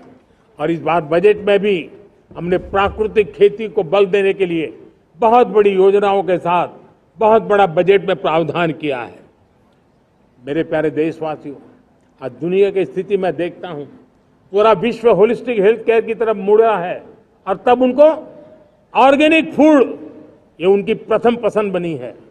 आज विश्व के लिए ऑर्गेनिक फूड का अगर कोई फूड बास्केट बन सकता है तो मेरे देश का किसान बना सकता है, मेरा देश बन सकता है। और इसलिए हम आने वाले दिनों में उस सपने को लेकर के आगे चलना चाहते हैं, ताकि ऑर्गेनिक फूड की जो विश्व की मांग है, उस ऑर्गेनिक फूड का बास्केट हमारा देश कैसे बने, किसानों का जीवन आसान बने, गांव में टॉप क्लास इंटरनेट कनेक्टिविटी मिले, किसानों को स्वास्थ्य सुविधाएं मिले, किसान के बच्चों को पढ़ने के लिए स्मार्ट स्कूल अवेलेबल हो, किसान के बच्चों को रोजगार उपलब्ध हो। छोटे छोटे खेती के टुकड़ों पर पूरा परिवार आज जीना बड़ा मुश्किल हो रहा है, तब उनके नौजवानों के लिए वो स्किल मिले, ताकि उनके नए रोजगार मिले, नए आय के साधन बने। इसका एक कॉम्प्रिहेंसिव प्रयास हम कर रहे हैं। बीते वर्षों में वुमेन लेड डेवलपमेंट मॉडल पर हमने काम किया है। इनोवेशन हो, एम्प्लॉयमेंट हो, एंटरप्रेन्योरशिप हो, हर सेक्टर में महिलाओं के कदम बढ़ते जा रहे हैं। महिलाएं सिर्फ भागीदारी बढ़ा रही है ऐसा नहीं, महिलाएं नेतृत्व दे रही है। आज अनेक क्षेत्रों में आज हमारे रक्षा क्षेत्र में देखिए, हमारा एयरफोर्स हो, हमारी आर्मी हो, हमारी नेवी हो, हमारा स्पेस सेक्टर हो, आज हमारी महिलाओं का हम दमखम देख रहे हैं देश के लिए। लेकिन दूसरी तरफ कुछ चिंता की बातें भी आती हैं और मैं आज लाल किले से फिर बार एक अपनी पीड़ा व्यक्त करना चाहता हूं। एक समाज के नाते हमें गंभीरता से सोचना होगा कि हमारी माताओं, बहनों, बेटियों के प्रति जो अत्याचार हो रहे हैं, उसके प्रति देश का आक्रोश है, जन सामान्य का आक्रोश है। इस आक्रोश को मैं महसूस कर रहा हूं। इसको देश को, समाज को, हमारी राज्य सरकारों को गंभीरता से लेना होगा। महिलाओं के विरुद्ध अपराधों की जल्द से जल्द जांच हो, राक्षसी कृत्य करने वालों को जल्द से जल्द कड़ी सजा हो, वो समाज में विश्वास पैदा करने के लिए जरूरी है। मैं ये भी बताना चाहूंगा कि जब बलात्कार की या महिलाओं पर अत्याचार की घटनाएं घटती हैं तो उसकी बहुत चर्चा होती है, बहुत प्रचार होता है, मीडिया में छाया रहता है। लेकिन जब ऐसे राक्षसी मनोवृत्ति व्यक्ति को सजा होती है तो वो खबरों में कहीं नजर नहीं आती है, कोने में कहीं पड़ा रहता है। अब समय की मांग है कि जिनको सजा होती है उसकी व्यापक चर्चा हो, ताकि ऐसा पाप करने वालों को भी डर पैदा हो कि ये पाप करने की हालत ये होती है कि फांसी पर लटकना पड़ता है। और मुझे लगता है कि ये डर पैदा करना बहुत जरूरी है। मेरे प्यारे देशवासियों, हमारे देश में ऐसी एक आदत बन गई थी स्वभाव से, हम देश को कम आंकना, देश के प्रति गौरव के भाव का अभाव होना, ये पता नहीं क्यों हमारे जहन में घुस गया था। और हम तो कभी कभी तो लेट आए तो कहते थे इंडियन टाइम, शर्म के साथ हम बोल देते थे। देश को इन चीजों से हमने बाहर लाने में सफलता पाई है। किसी जमाने में कहा जाता, अरे खिलौने भी बाहर से आते थे, वो दिन देखे हमने। आज मैं गर्व से कह सकता हूं कि मेरे देश के खिलौने दुनिया के बाजार में अपनी धमक लेकर के पहुंच रहे हैं। खिलौने हमारे एक्सपोर्ट होने शुरू हुए। तो एक जमाना था हम मोबाइल फोन इंपोर्ट करते थे, आज मोबाइल फोन का मैन्युफैक्चरिंग का इकोसिस्टम बना है, एक बहुत बड़ा हब बना है, और आज हम मोबाइल फोन दुनिया में एक्सपोर्ट करने लगे हैं। ये भारत की ताकत है। साथियों, भविष्य के साथ सेमीकंडक्टर जुड़ा हुआ है, आधुनिक टेक्नोलॉजी जुड़ी है, एआई जुड़ा हुआ है। हमने सेमीकंडक्टर मिशन पर काम शुरू किया है। हर उपकरण में मेड इन इंडिया चिप क्यों न हो, क्यों ये सपना मेरे देश का नौजवान देखे। टैलेंट यहाँ है, सारे इस प्रकार के रिसर्च काम हिंदुस्तान में होते हैं, तो अब प्रोडक्शन भी हिंदुस्तान में होगा, सेमीकंडक्टर का काम भी हिंदुस्तान में होगा, और हम एंड टू एंड सॉल्यूशन दुनिया को देने की ताकत रखते हैं, और हम उसको साथियों, एक जमाना हमने देखा है 2G के लिए हम कैसा संघर्ष करते थे। आज हर उपकरण में हम देख रहे हैं, हम तेजी से आगे बढ़े। और 5G जिस तेजी से पूरे देश में रोल आउट हुआ, हिंदुस्तान के करीब करीब सभी क्षेत्रों में 5G पहुंच गया। वो विश्व में तेज गति से 5G पहुंचाने में हम आगे रहे। और देश साथियों, मैंने कहा हम रुकने वाले नहीं हैं। 5G पे रुक जाना हमें मंजूर नहीं है। हम 6G पर अभी से मिशन मोड में काम कर रहे हैं, और विश्व में हम उसमें भी अपनी धमक जमाएंगे, ये मैं विश्वास से कहता हूं। मेरे प्यारे साथियों, डिफेंस सेक्टर हमारी आदत हो गई थी। डिफेंस बजट कितना ही क्यों न हो, लेकिन कभी कोई सोचता नहीं था कि डिफेंस बजट बढ़ा तो जाता कहां है। डिफेंस बजट विदेशों से खरीदी में चला जाता था। अब हम चाहते हैं हम आत्मनिर्भर बने, और मैं हमारी डिफेंस फोर्सेस का हृदय से धन्यवाद करता हूं। उन्होंने हजारों ऐसी चीजें लिस्ट कर दी है। उन्होंने तय किया है कि हम विदेश से नहीं लाएंगे। राष्ट्र के लिए जीना क्या कहते हैं ये हमारे सेना के जवानों ने दिखाया है और उसके कारण डिफेंस के सेक्टर में हम आत्मनिर्भर होते चले जा रहे हैं। आज डिफेंस मैन्युफैक्चरिंग में भारत की पहचान बनी है और मैं आज खुशी से कह सकता हूं कि जो देश कभी डिफेंस की हर छोटी मोटी चीज बाहर से लाता था, आज धीरे धीरे दुनिया के कई देशों में हम जो डिफेंस के इक्विपमेंट मैन्युफैक्चर कर रहे हैं वो हम एक्सपोर्ट करने लगे हैं। दुनिया में डिफेंस हब, मैन्युफैक्चरिंग हब के रूप में हम धीरे धीरे उभर रहे हैं। हम मैन्युफैक्चरिंग क्षेत्र को बढ़ावा देना चाहते हैं क्योंकि रोजगार के लिए सर्वाधिक आवश्यक है। आज पीएलआई स्कीम को बहुत बड़ी सफलता मिली है। एफडीआई रिफॉर्म्स, उसने भी हमें बहुत बड़ी ताकत दी है। एमएसएमईज को बहुत बड़ा बल मिला है, नई व्यवस्थाएं विकसित हुई है और उसके कारण हमारा मैन्युफैक्चरिंग सेक्टर, हम दुनिया का एक मैन्युफैक्चरिंग हब बने। जिस देश के पास इतनी नौजवान शक्ति हो, जिस देश के अंदर ये सामर्थ्य हो, हम मैन्युफैक्चरिंग की दुनिया में भी इंडस्ट्री 4.0 में हम बहुत बड़ी ताकत के साथ आगे जाना चाहते हैं और इसके लिए आवश्यक स्किल डेवलपमेंट, उस पर भी हमने बल दिया है और स्किल डेवलपमेंट में भी हमने नए मॉडल तय किए हैं। हमने जन भागीदारी को जोड़ा है ताकि तुरंत रिक्वायरमेंट के अनुसार स्किल डेवलपमेंट हम कर सके। और मुझे विश्वास है, मैं लाल किले की प्राचीर से कह रहा हूं, वो दिन दूर नहीं होगा जो भारत इंडस्ट्रियल मैन्युफैक्चरिंग का हब होगा, दुनिया उसकी तरफ देखती होगी। आज विश्व की बहुत बड़ी कंपनियां भारत में निवेश करना चाहती हैं। ये चुनाव के बाद मैंने देखा, मेरे तीसरे कार्यकाल में जितने लोग मुझसे मिलने के लिए मांग कर रहे हैं वो ज्यादातर निवेशक लोग हैं, विश्व भर के निवेशक हैं। वो आना चाहते हैं, भारत में निवेश करना चाहते हैं। ये एक बहुत बड़ा गोल्डन अपॉर्चुनिटी है। मैं राज्य सरकारों से आग्रह करता हूं कि आप निवेशकों को आकर्षित करने के लिए स्पष्ट नीति निर्धारित कीजिए, गुड गवर्नेंस का आश्वासन दीजिए, लॉ एंड ऑर्डर सिचुएशन के लिए उनको भरोसा दीजिए। हर राज्य एक तंदुरुस्त स्पर्धा में आगे आए।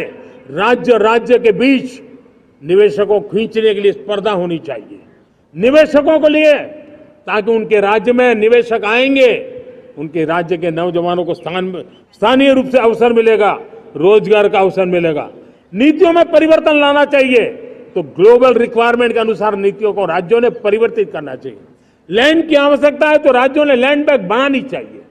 गुड गवर्नेंस सिंगल पॉइंट पर काम करने के लिए राज्य जितने प्रोएक्टिव होंगे, जितने ज्यादा प्रयास करेंगे, जो निवेशक आ रहे हैं वो कभी भी वापस नहीं जाएंगे। सिर्फ भारत सरकार से काम ये होता नहीं है, राज्य सरकारों की बहुत बड़ी आवश्यकता होती है, क्योंकि जो भी प्रोजेक्ट लगने वाला है उस राज्य में लगने वाला है, उसको हर राज्य के साथ रोजमर्रा का काम पड़ता है। और इसलिए मैं राज्यों से आग्रह करूंगा कि जब विश्व पूरा भारत की तरफ आकर्षित हो रहा है, विश्व पूरा भारत में निवेश करने के लिए प्रतिबद्ध हो रहा है, तब ये हमारा दायित्व बनता है कि हमारी पुरानी आदतें छोड़ करके स्पष्ट नीति के साथ हम आगे आए। देखिए, आपको परिणाम अपने राज्य में दिखाई देगा और आपका राज्य भी चमक उठेगा, ये मैं आपको विश्वास देता हूं। साथियों, भारत अपनी बेस्ट क्वालिटी के लिए पहचानी जाए, ये बहुत जरूरी है। अब विश्व के लिए हमें डिजाइन ऑफ इंडिया का क्षेत्र, डिजाइन इन इंडिया, इस पर हमने बल देना है। हमें कोशिश करनी है अब इंडियन स्टैंडर्ड इंटरनेशनल स्टैंडर्ड बनने चाहिए। इंडियन स्टैंडर्ड इंटरनेशनल स्टैंडर्ड बनेंगे तब हमारी हर चीज को सहजता से मोहर लग जाएगी और ये हमारे प्रोडक्शन की क्वालिटी पर निर्भर करेगा, हमारी सेवा की क्वालिटी पर निर्भर करेगा, हमारे अप्रोच की क्वालिटी पर निर्भर करेगा। और इसलिए हमें क्वालिटी पर बल देकर के आगे बढ़ना है। हमारे पास टैलेंट है, डिजाइन के क्षेत्र में हम दुनिया को बहुत कुछ नया दे सकते हैं। डिजाइन इन इंडिया, इस आह्वान को लेकर के हमें अब आगे चलना है। Design in India and design for the world, इस सपने को लेकर के चलना है। मैं देख रहा हूं गेमिंग की दुनिया का बहुत बड़ा मार्केट खड़ा हुआ है, लेकिन आज भी गेमिंग की दुनिया पर प्रभाव, खास करके उन खेलों को बनाने वाले लोग, प्रोडक्ट करने वाले लोग, विदेशी कमाई होती। भारत के पास बहुत बड़ी विरासत है। हम गेमिंग की दुनिया में बहुत नई टैलेंट को लेकर के आ सकते हैं। विश्व के हर बच्चे को हमारे देश के बनी हुई गेमिंग की ओर आकर्षित कर सकते हैं। मैं चाहता हूं कि भारत के बच्चे, भारत के नौजवान, भारत के आईटी प्रोफेशनल्स, भारत के एआई के प्रोफेशनल्स, वे गेमिंग की दुनिया को लीड करें। खेलने में नहीं, गेमिंग की दुनिया में हमारे प्रोडक्ट पूरे विश्व में पहुंचने चाहिए और पूरी दुनिया में हमारे एनिमेटर्स काम कर सकते हैं। एनिमेशन की दुनिया में हम अपनी दाग जमा सकते हैं। हम उस दिशा में काम करें। मेरे प्यारे देशवासियों, आज विश्व के अंदर ग्लोबल वार्मिंग, क्लाइमेट चेंज हर क्षेत्र में चिंता और चर्चा का विषय रहता है। भारत ने उस दिशा में काफी कदम उठाए हैं।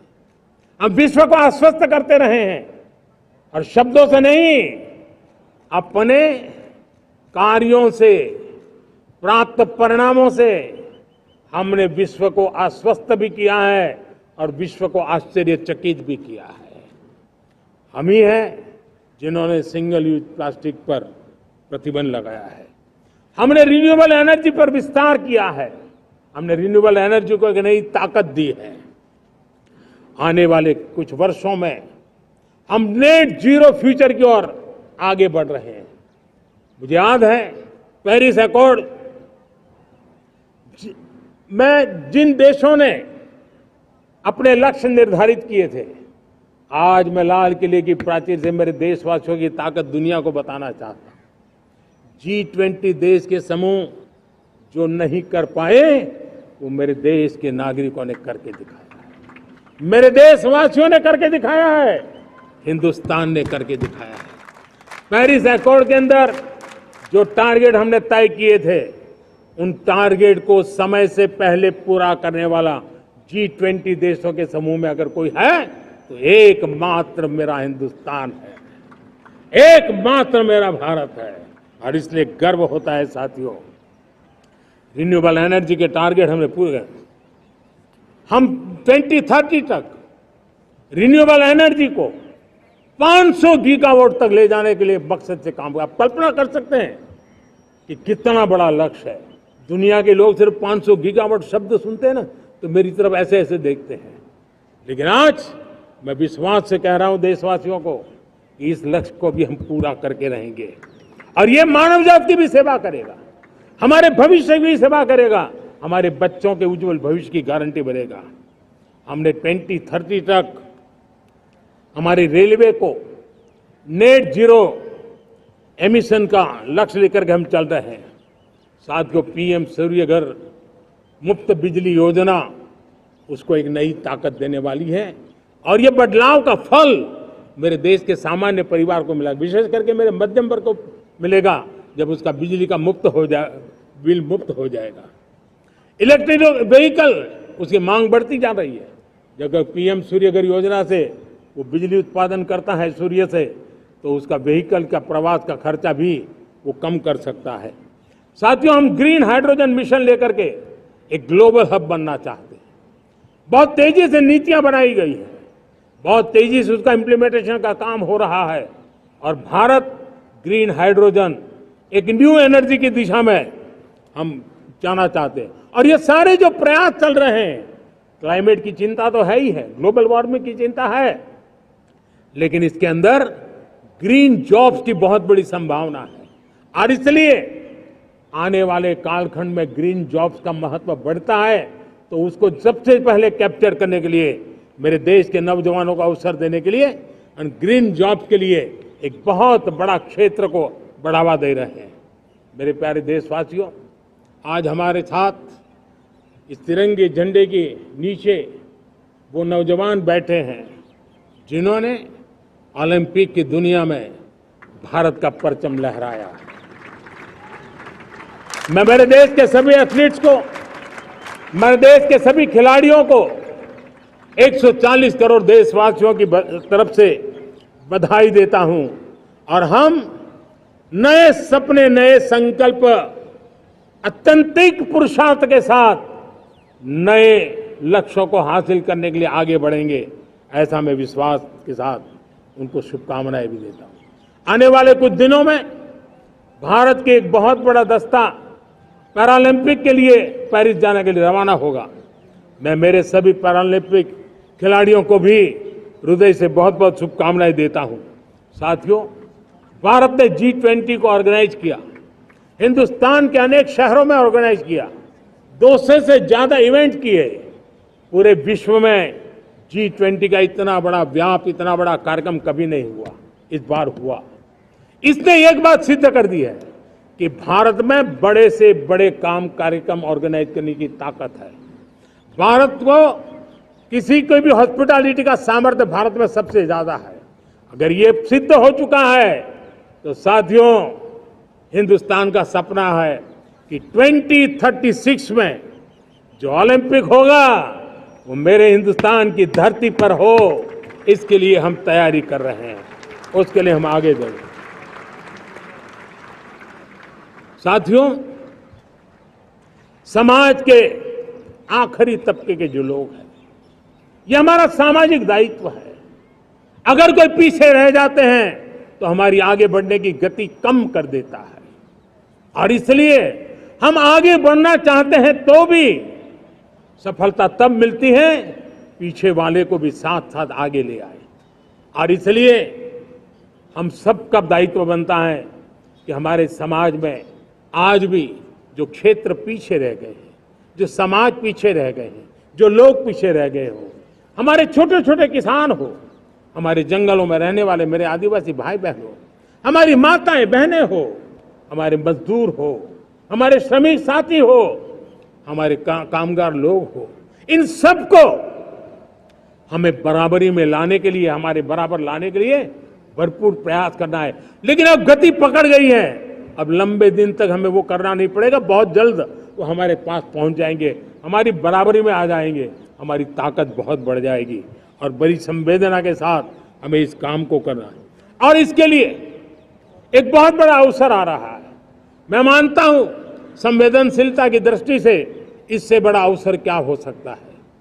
हमें पता है 1857 के स्वतंत्र संग्राम के पहले भी अंग्रेजों के नाक को दम करने वाला हमारा देश का एक आदिवासी युवक था।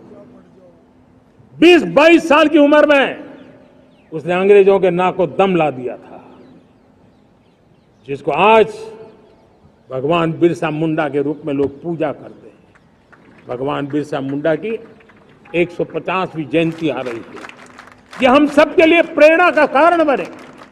समाज के प्रति छोटा सा छोटा व्यक्ति भी देश के लिए कैसी जज्बात रखता है, उससे बड़ी प्रेरणा भगवान बिरसा मुंडा से अधिक कौन हो सकता है। आइए हम भगवान बिरसा मुंडा की 150वीं जयंती जब मनाएं, संवेदनशीलता का हमारा व्याप बढ़े, समाज के प्रति हमारा ममभाव बने। हम समाज के हर व्यक्ति को, गरीबों को, दलित को, पिछड़ों को, आदिवासियों को, हर एक को हम अपने साथ लेकर के चले। इस संकल्प को लेकर के चलना है। मेरे प्यारे देशवासियों,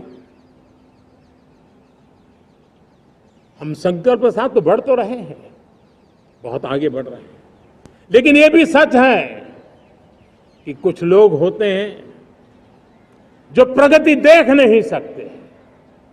कुछ लोग होते हैं जो भारत का भला सोच नहीं सकते हैं। जब तक खुद का भला न हो तब तक उनको किसी का भला अच्छा नहीं लगता है। ऐसी विकृत मानसिकता से भरे हुए लोगों की कमी नहीं होती है। देश को ऐसे लोगों से बचना होगा। वे निराशा की गर्त में डूबे हुए लोग हैं। ऐसे मुट्ठी भर निराशा की गर्त में डूबे हुए लोग, जब उनके गोद में विकृति पलती है तब वो विनाश का कारण बन जाती है, सर्वनाश का कारण बन जाती है, एनार्की का मार्ग ले लेती है, और तब देश को इतनी बड़ी हानि हो जाती है जिसकी भरपाई करने में हमें नए सिरे से मेहनत करनी पड़ती है। इसलिए ऐसे जो छुटपुट निराशावादी तत्व होते हैं, वो सिर्फ निराशा इतना नहीं है, उनकी गोद में विकृति पल रही है। ये विकृति विनाश के, सर्वनाश के सपने देख रही है, ताने बाने जोड़ने की प्रयासों में लगी हुई है। देश को इसे समझना होगा। लेकिन मैं देशवासियों को कहना चाहता हूं कि हम हमारी नेक नीयत से, हमारी ईमानदारी से, राष्ट्र के प्रति हमारे समर्पण से हम सारी परिस्थितियों के बावजूद भी विपरीत मार्ग पर जाने वालों के लिए भी, उनके भी दिल जीत करके हम देश को आगे बढ़ने के हमारे संकल्प में कभी भी पीछे नहीं हटेंगे, ये मैं विश्वास दिला चाहता हूं। साथियों, चुनौतियां हैं, अनगिनत चुनौतियां हैं। चुनौतियां भीतर भी है, चुनौतियां बाहर भी है। और जैसे जैसे हम ताकतवर बनेंगे, जैसे जैसे हमारा तवज्जो बढ़ेगा, तो चुनौतियां भी बढ़ने वाली है, बाहर की चुनौतियां और बढ़ने वाली है। और मुझे उसका भली भांति अंदाज है। लेकिन मैं ऐसी शक्तियों को कहना चाहता हूं, भारत का विकास किसी के लिए संकट लेकर के नहीं आता। हम विश्व में समृद्ध थे, तब भी हमने कभी दुनिया को युद्ध में नहीं झोंका है। हम बुद्ध का देश है, युद्ध हमारी राह नहीं है। और इसलिए विश्व चिंतित न हो भारत के आगे बढ़ने से। मैं विश्व समुदाय को विश्वास दिलाता हूं कि आप भारत के संस्कारों को समझिए, भारत के हजारों साल के इतिहास को समझिए। आप हमें संकट मत मानिए, आप उन तरकीबों से न जुड़िए जिसके कारण पूरी मानव जात का कल्याण करने का सामर्थ्य जिस भूमि में है, उस भूमि को ज्यादा मेहनत करनी पड़े। लेकिन फिर भी मैं देशवासियों को कहना चाहता हूं, चुनौतियां कितनी ही क्यों ना हो, चुनौती को चुनौती देना ये हिंदुस्तान की फितरत में है। न हम डिगेंगे, न हम थकेंगे, न हम रुकेंगे, न हम झुकेंगे। हम संकल्पों की पूर्ति के लिए 140 करोड़ देशवासियों का भाग्य बदलने के लिए, भाग्य सुनिश्चित करने के लिए, राष्ट्र के सपनों को साकार करने के लिए हम कोई कोर कसर नहीं छोड़ेंगे। हर बदनीयत वालों को हम हमारी नेक नीयत से जीतेंगे, ये मैं विश्वास देता हूं। मेरे प्यारे देशवासियों, समाज की मनोरचना में भी बदलाव कभी कभी बहुत बड़ी चुनौती का कारण बन जाता है। हमारा हर देशवासी भ्रष्टाचार की दिमक से परेशान रहा है। हर स्तर के भ्रष्टाचार ने सामान्य मानवीय का व्यवस्थाओं के प्रति विश्वास तोड़ दिया है। उसको अपनी योग्यता, क्षमता का प्रति अन्याय की जो गुस्सा होता है, वो राष्ट्र की प्रगति में नुकसान करता है। और इसलिए हमने व्यापक रूप से भ्रष्टाचार के खिलाफ एक जंग छेड़ा है। मैं जानता हूं इसकी कीमत मुझे चुकानी पड़ती है, मेरी प्रतिष्ठा को चुकानी पड़ती है, लेकिन राष्ट्र से बड़ी मेरी प्रतिष्ठा नहीं हो सकती है, राष्ट्र के सपनों से बड़ा मेरा सपना नहीं हो सकता। और इसलिए ईमानदारी के साथ भ्रष्टाचार के खिलाफ मेरी लड़ाई जारी रहेगी, तीव्र गति से जारी रहेगी और भ्रष्टाचारियों पर कार्रवाई जरूर होगी। मैं भ्रष्टाचारियों के लिए भय का वातावरण पैदा करना चाहता हूं, ताकि देश के सामान्य नागरिक को लूटने की जो परंपरा बनी है, उस परंपरा को मुझे रोकना है। लेकिन सबसे बड़ी नई चुनौती आई है। भ्रष्टाचारियों से निपटना तो है ही, लेकिन समाज जीवन में उच्च स्तर पर एक जो परिवर्तन आया है, वो सबसे बड़ी चुनौती भी है और एक समाज के लिए सबसे बड़ी चिंता भी है। क्या कोई कल्पना कर सकता है कि मेरे ही देश में इतना महान संविधान हमारे पास होने के बावजूद भी कुछ ऐसे लोग निकल रहे हैं जो भ्रष्टाचार का महिमा मंडन कर रहे हैं, खुलेआम भ्रष्टाचार का जय जयकार कर रहे हैं। समाज में इस प्रकार के बीज बोने का जो प्रयास हो रहा है, भ्रष्टाचार का जो महिमा मंडन हो रहा है, भ्रष्टाचारियों की स्वीकार्यता बढ़ाने का जो निरंतर प्रयास चल रहा है, वो स्वस्थ समाज के लिए बहुत बड़ी चुनौती बन गया है, बहुत बड़ी चिंता का विषय बन गया है। भ्रष्टाचारियों के प्रति समाज में दूरी बनाए रखने से ही किसी भी भ्रष्टाचारी को उस रास्ते पर जाने से डर लगेगा। अगर उसका महिमा मंडन होगा तो जो आज भ्रष्टाचार नहीं करता है उसको भी लगता है कि ये तो समाज में प्रतिष्ठा का रंग बन जाता है, उस रास्ते में जाने में बुरा नहीं है। मेरे प्यारे देशवासियों, बांग्लादेश में जो कुछ भी हुआ है उसको लेकर पड़ोसी देश के नाते चिंता होना, मैं इसको समझ सकता हूं। मैं आशा करता हूं कि वहां पर हालात जल्द ही सामान्य होंगे।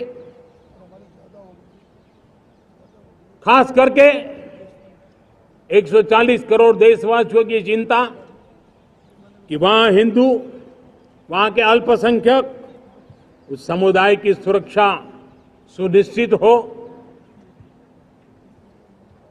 भारत हमेशा चाहता है कि हमारे पड़ोसी देश सुख और शांति के मार्ग पर चले। शांति के प्रति हमारा कमिटमेंट है, हमारे संस्कार है। हम आने वाले दिनों में बांग्लादेश की विकास यात्रा में हमेशा हमारा शुभचिंतन ही रहेगा, क्योंकि हम मानव जात की भलाई सोचने वाले लोग हैं। मेरे प्यारे देशवासियों, हमारे संविधान को 75 वर्ष हो रहे हैं। भारत के संविधान के 75 वर्ष की यात्रा देश को एक बनाना, देश को श्रेष्ठ बनाने में बहुत बड़ी भूमिका रही। भारत के लोकतंत्र को मजबूती देने में हमारे देश के संविधान की बहुत बड़ी भूमिका रही। हमारे देश के दलित, पीड़ित, शोषित, वंचित को सुरक्षा देने का बहुत बड़ा काम हमारे संविधान ने किया है। अब जब संविधान के 75 वर्ष हम मनाने जा रहे हैं, तब हम देशवासियों ने संविधान में निर्दिष्ट कर्तव्य के भाव पर बल देना बहुत जरूरी है। और जब मैं कर्तव्य की बात करता हूं, तब मैं सिर्फ नागरिकों पर बोझ बनाना नहीं चाहता। कर्तव्य केंद्र सरकार के भी है, कर्तव्य केंद्र सरकार के हर मुलाजिम के भी है, कर्तव्य राज्य सरकारों के भी है, राज्य सरकार के हर मुलाजिम के हैं, कर्तव्य हर स्थानीय स्वराज संस्था के हैं, चाहे पंचायत हो, नगर पालिका हो, महानगर पालिका हो, तहसील हो, जिला हो, हर किसी के कर्तव्य है। लेकिन साथ साथ 140 करोड़ देशवासियों की कर्तव्य है। अगर हम सब मिल करके अपने कर्तव्यों का निर्वाह करेंगे तो हम अपने आप औरों के अधिकारों की रक्षा करने के लिए निमित्त बनेंगे। और जब कर्तव्य का पालन होता है तब अधिकारों की रक्षा निहित होती है, उसके लिए कोई अलग से प्रयास करने की जरूरत नहीं पड़ जाती है। मैं चाहता हूं कि हमारे इस भाव को लेकर के हम चलेंगे, हमारा लोकतंत्र भी मजबूत होगा, हमारा सामर्थ्य और बढ़ेगा और हम एक नई शक्ति के साथ आगे बढ़ेंगे।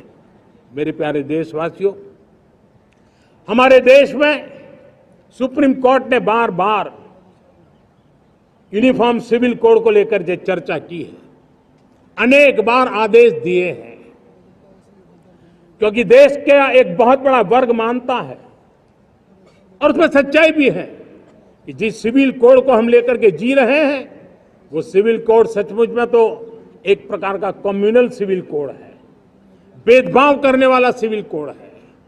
ऐसे सिविल कोड से जब संविधान के 75 वर्ष मना रहे हैं और संविधान की भावना भी जो हमें कहती है करने के लिए, देश की सुप्रीम कोर्ट भी हमें कहती है करने के लिए, और तब जो संविधान निर्माताओं का सपना था, उस सपने को पूरा करना हम सबका दायित्व है।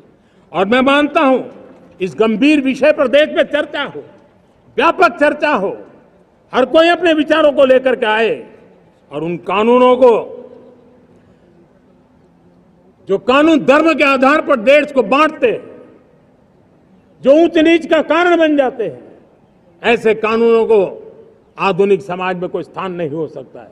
और इसलिए मैं तो कहूंगा अब समय की मांग है कि देश में एक सेकुलर सिविल कोड हो।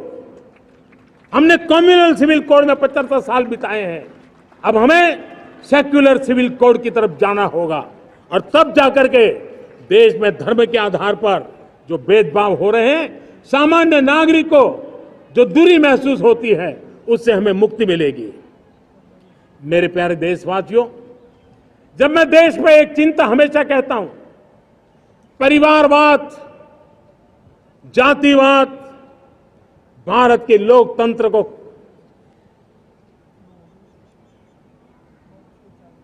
बहुत नुकसान कर रहा है।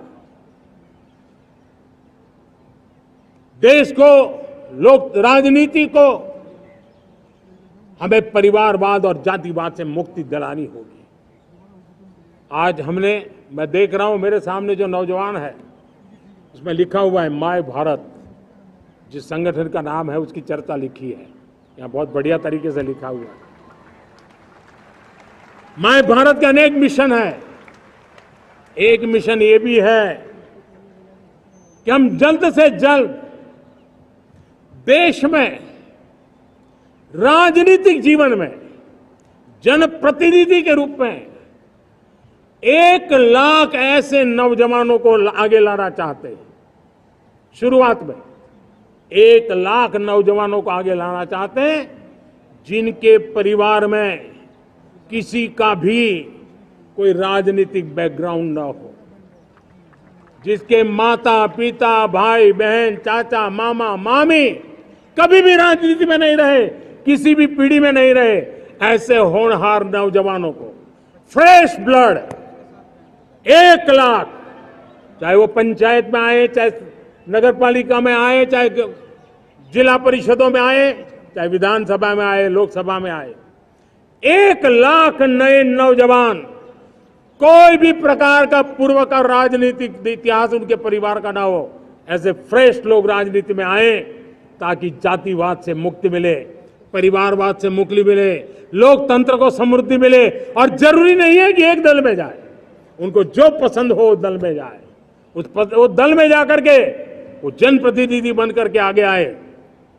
देश तय करके चले कि आने वाले दिनों में 1 लाख ऐसे नौजवान जो परिवार राजनीति से दूर दूर का संबंध नहीं है, ऐसे फ्रेश ब्लड आएंगे तो सोच भी नहीं आएगी, सामर्थ्य भी नहीं आएगा, लोकतंत्र समृद्ध होगा। और इसलिए हमें इस दिशा में आगे होना है। और मैं चाहूंगा कि देश ने बार बार चुनाव इस देश की प्रगति में रुकावट बन रहे हैं, गतिरोध पैदा कर रहे हैं। आज कोई भी योजना को चुनाव के साथ जोड़ देना आसान हो गया है, क्योंकि हर 3 महीने 6 महीने कहीं न कहीं चुनाव चल रहा है। कोई भी योजना जाहिर करोगे आप तो मीडिया में देखेंगे, चुनाव आया तो फलाना हो गया, चुनाव आया तो फलाना हो गया। हर काम को चुनाव के रंग से रंग दिया गया है। और इसलिए देश में व्यापक चर्चा हुई है, सभी राजनीतिक दलों ने अपने विचार रखे हैं। एक कमेटी ने बहुत बढ़िया अपना रिपोर्ट तैयार किया है। 1 नेशन 1 इलेक्शन के लिए देश को आगे आना होगा।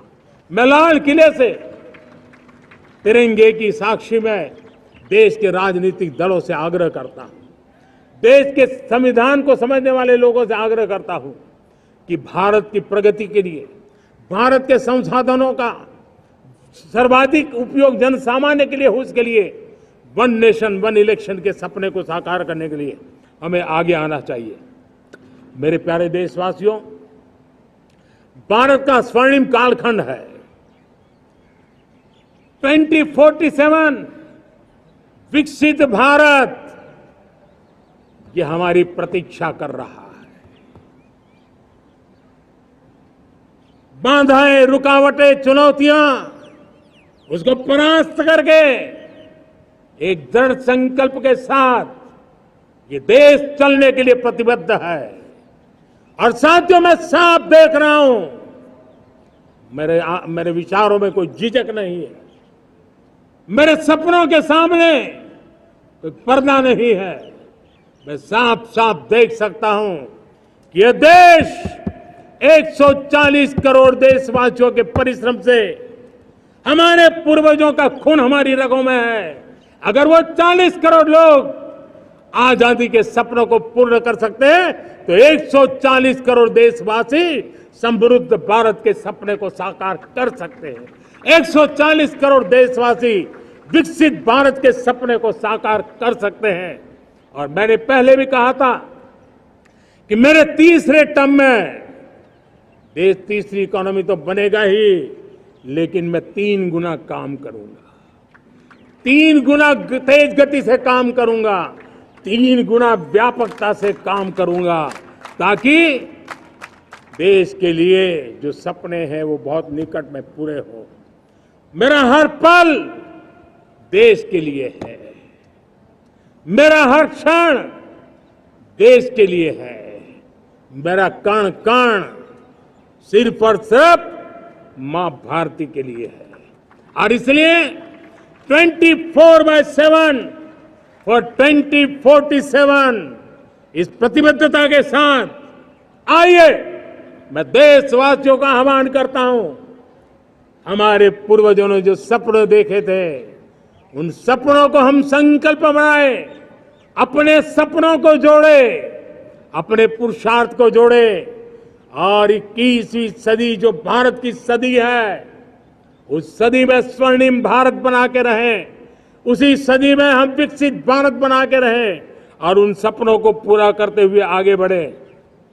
और स्वतंत्र भारत 75 साल की यात्रा के बाद एक नए मुकाम पर बढ़ रहा है, तब हम कोई कोर कसर न छोड़े। और मैं आपको विश्वास दिलाता हूं, आपने मुझे जो दायित्व दिया है, मैं कोई कोर कसर नहीं छोड़ूंगा।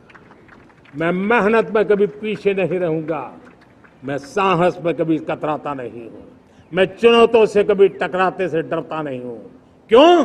क्योंकि मैं आपके लिए जीता हूं, मैं आपके भविष्य के लिए जीता हूं, मैं आप भारत माता के उज्जवल भविष्य के लिए जी रहा हूं। और उस सपनों को पूरा करने के लिए आज राष्ट्र ध्वज के छाया में, तिरंगे की छाया में दृढ़ संकल्प के साथ हम आगे बढ़े। इसी के साथ मेरे साथ बोलिए, भारत माता की, भारत माता की, भारत माता की, वंदे वंदे वंदे वंदे। जय हिंद, जय हिंद, जय हिंद।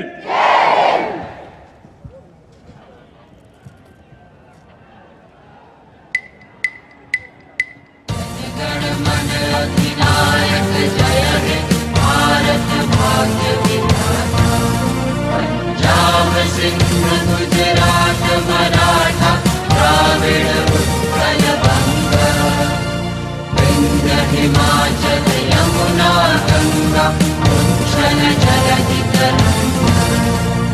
तव शुभ नामे जागे, तव शुभ आशीष मांगे, गाहे तव जय गाथा। जय गण मंगल गायक जय हे भारत भाग्य विधाता। जय हे, जय हे, जय हे, जय जय जय हे।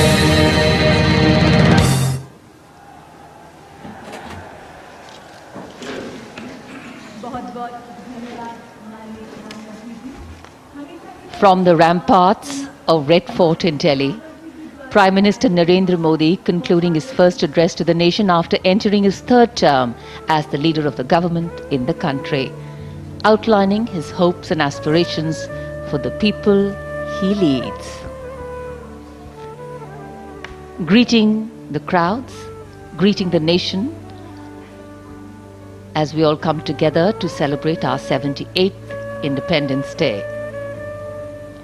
So though the function here at Red Fort concludes, the day has just begun.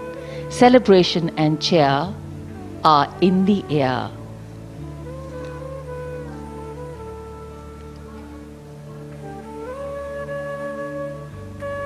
It's a memorable and a proud moment for all the school children from the three wings of the National Cadet Corps and the NSS, and here the VIP enclosures, the Indian hockey team,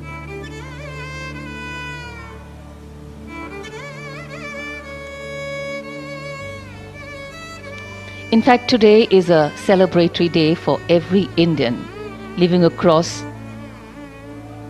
and inhabiting the many dimensions of our multicultural and multilingual nation, and also across the myriad time zones of our deeply interconnected world. And as we come together today, we celebrate many things. We celebrate our achievements, resilience, our freedom fighters and soldiers, and of course, all those who serve with integrity and diligence this diverse, tolerant, complex, vibrant, paradoxical and incredible nation we call home. The Prime Minister now boarding his vehicle as he makes his way out from Red Fort. लाल किले की प्राचीर से राष्ट्र को संबोधित करने के बाद माननीय प्रधानमंत्री यहां से प्रस्थान कर रहे हैं। राष्ट्र को विकसित बनाने के संकल्प का आह्वान और उस आह्वान को रेखांकित करते हुए आज प्रधानमंत्री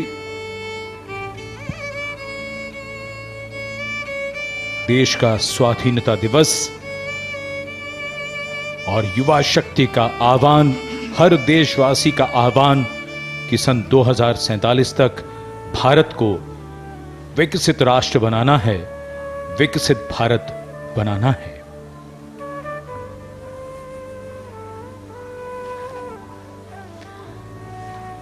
The Central Court, which has seen the passage of time and the passage of dignitaries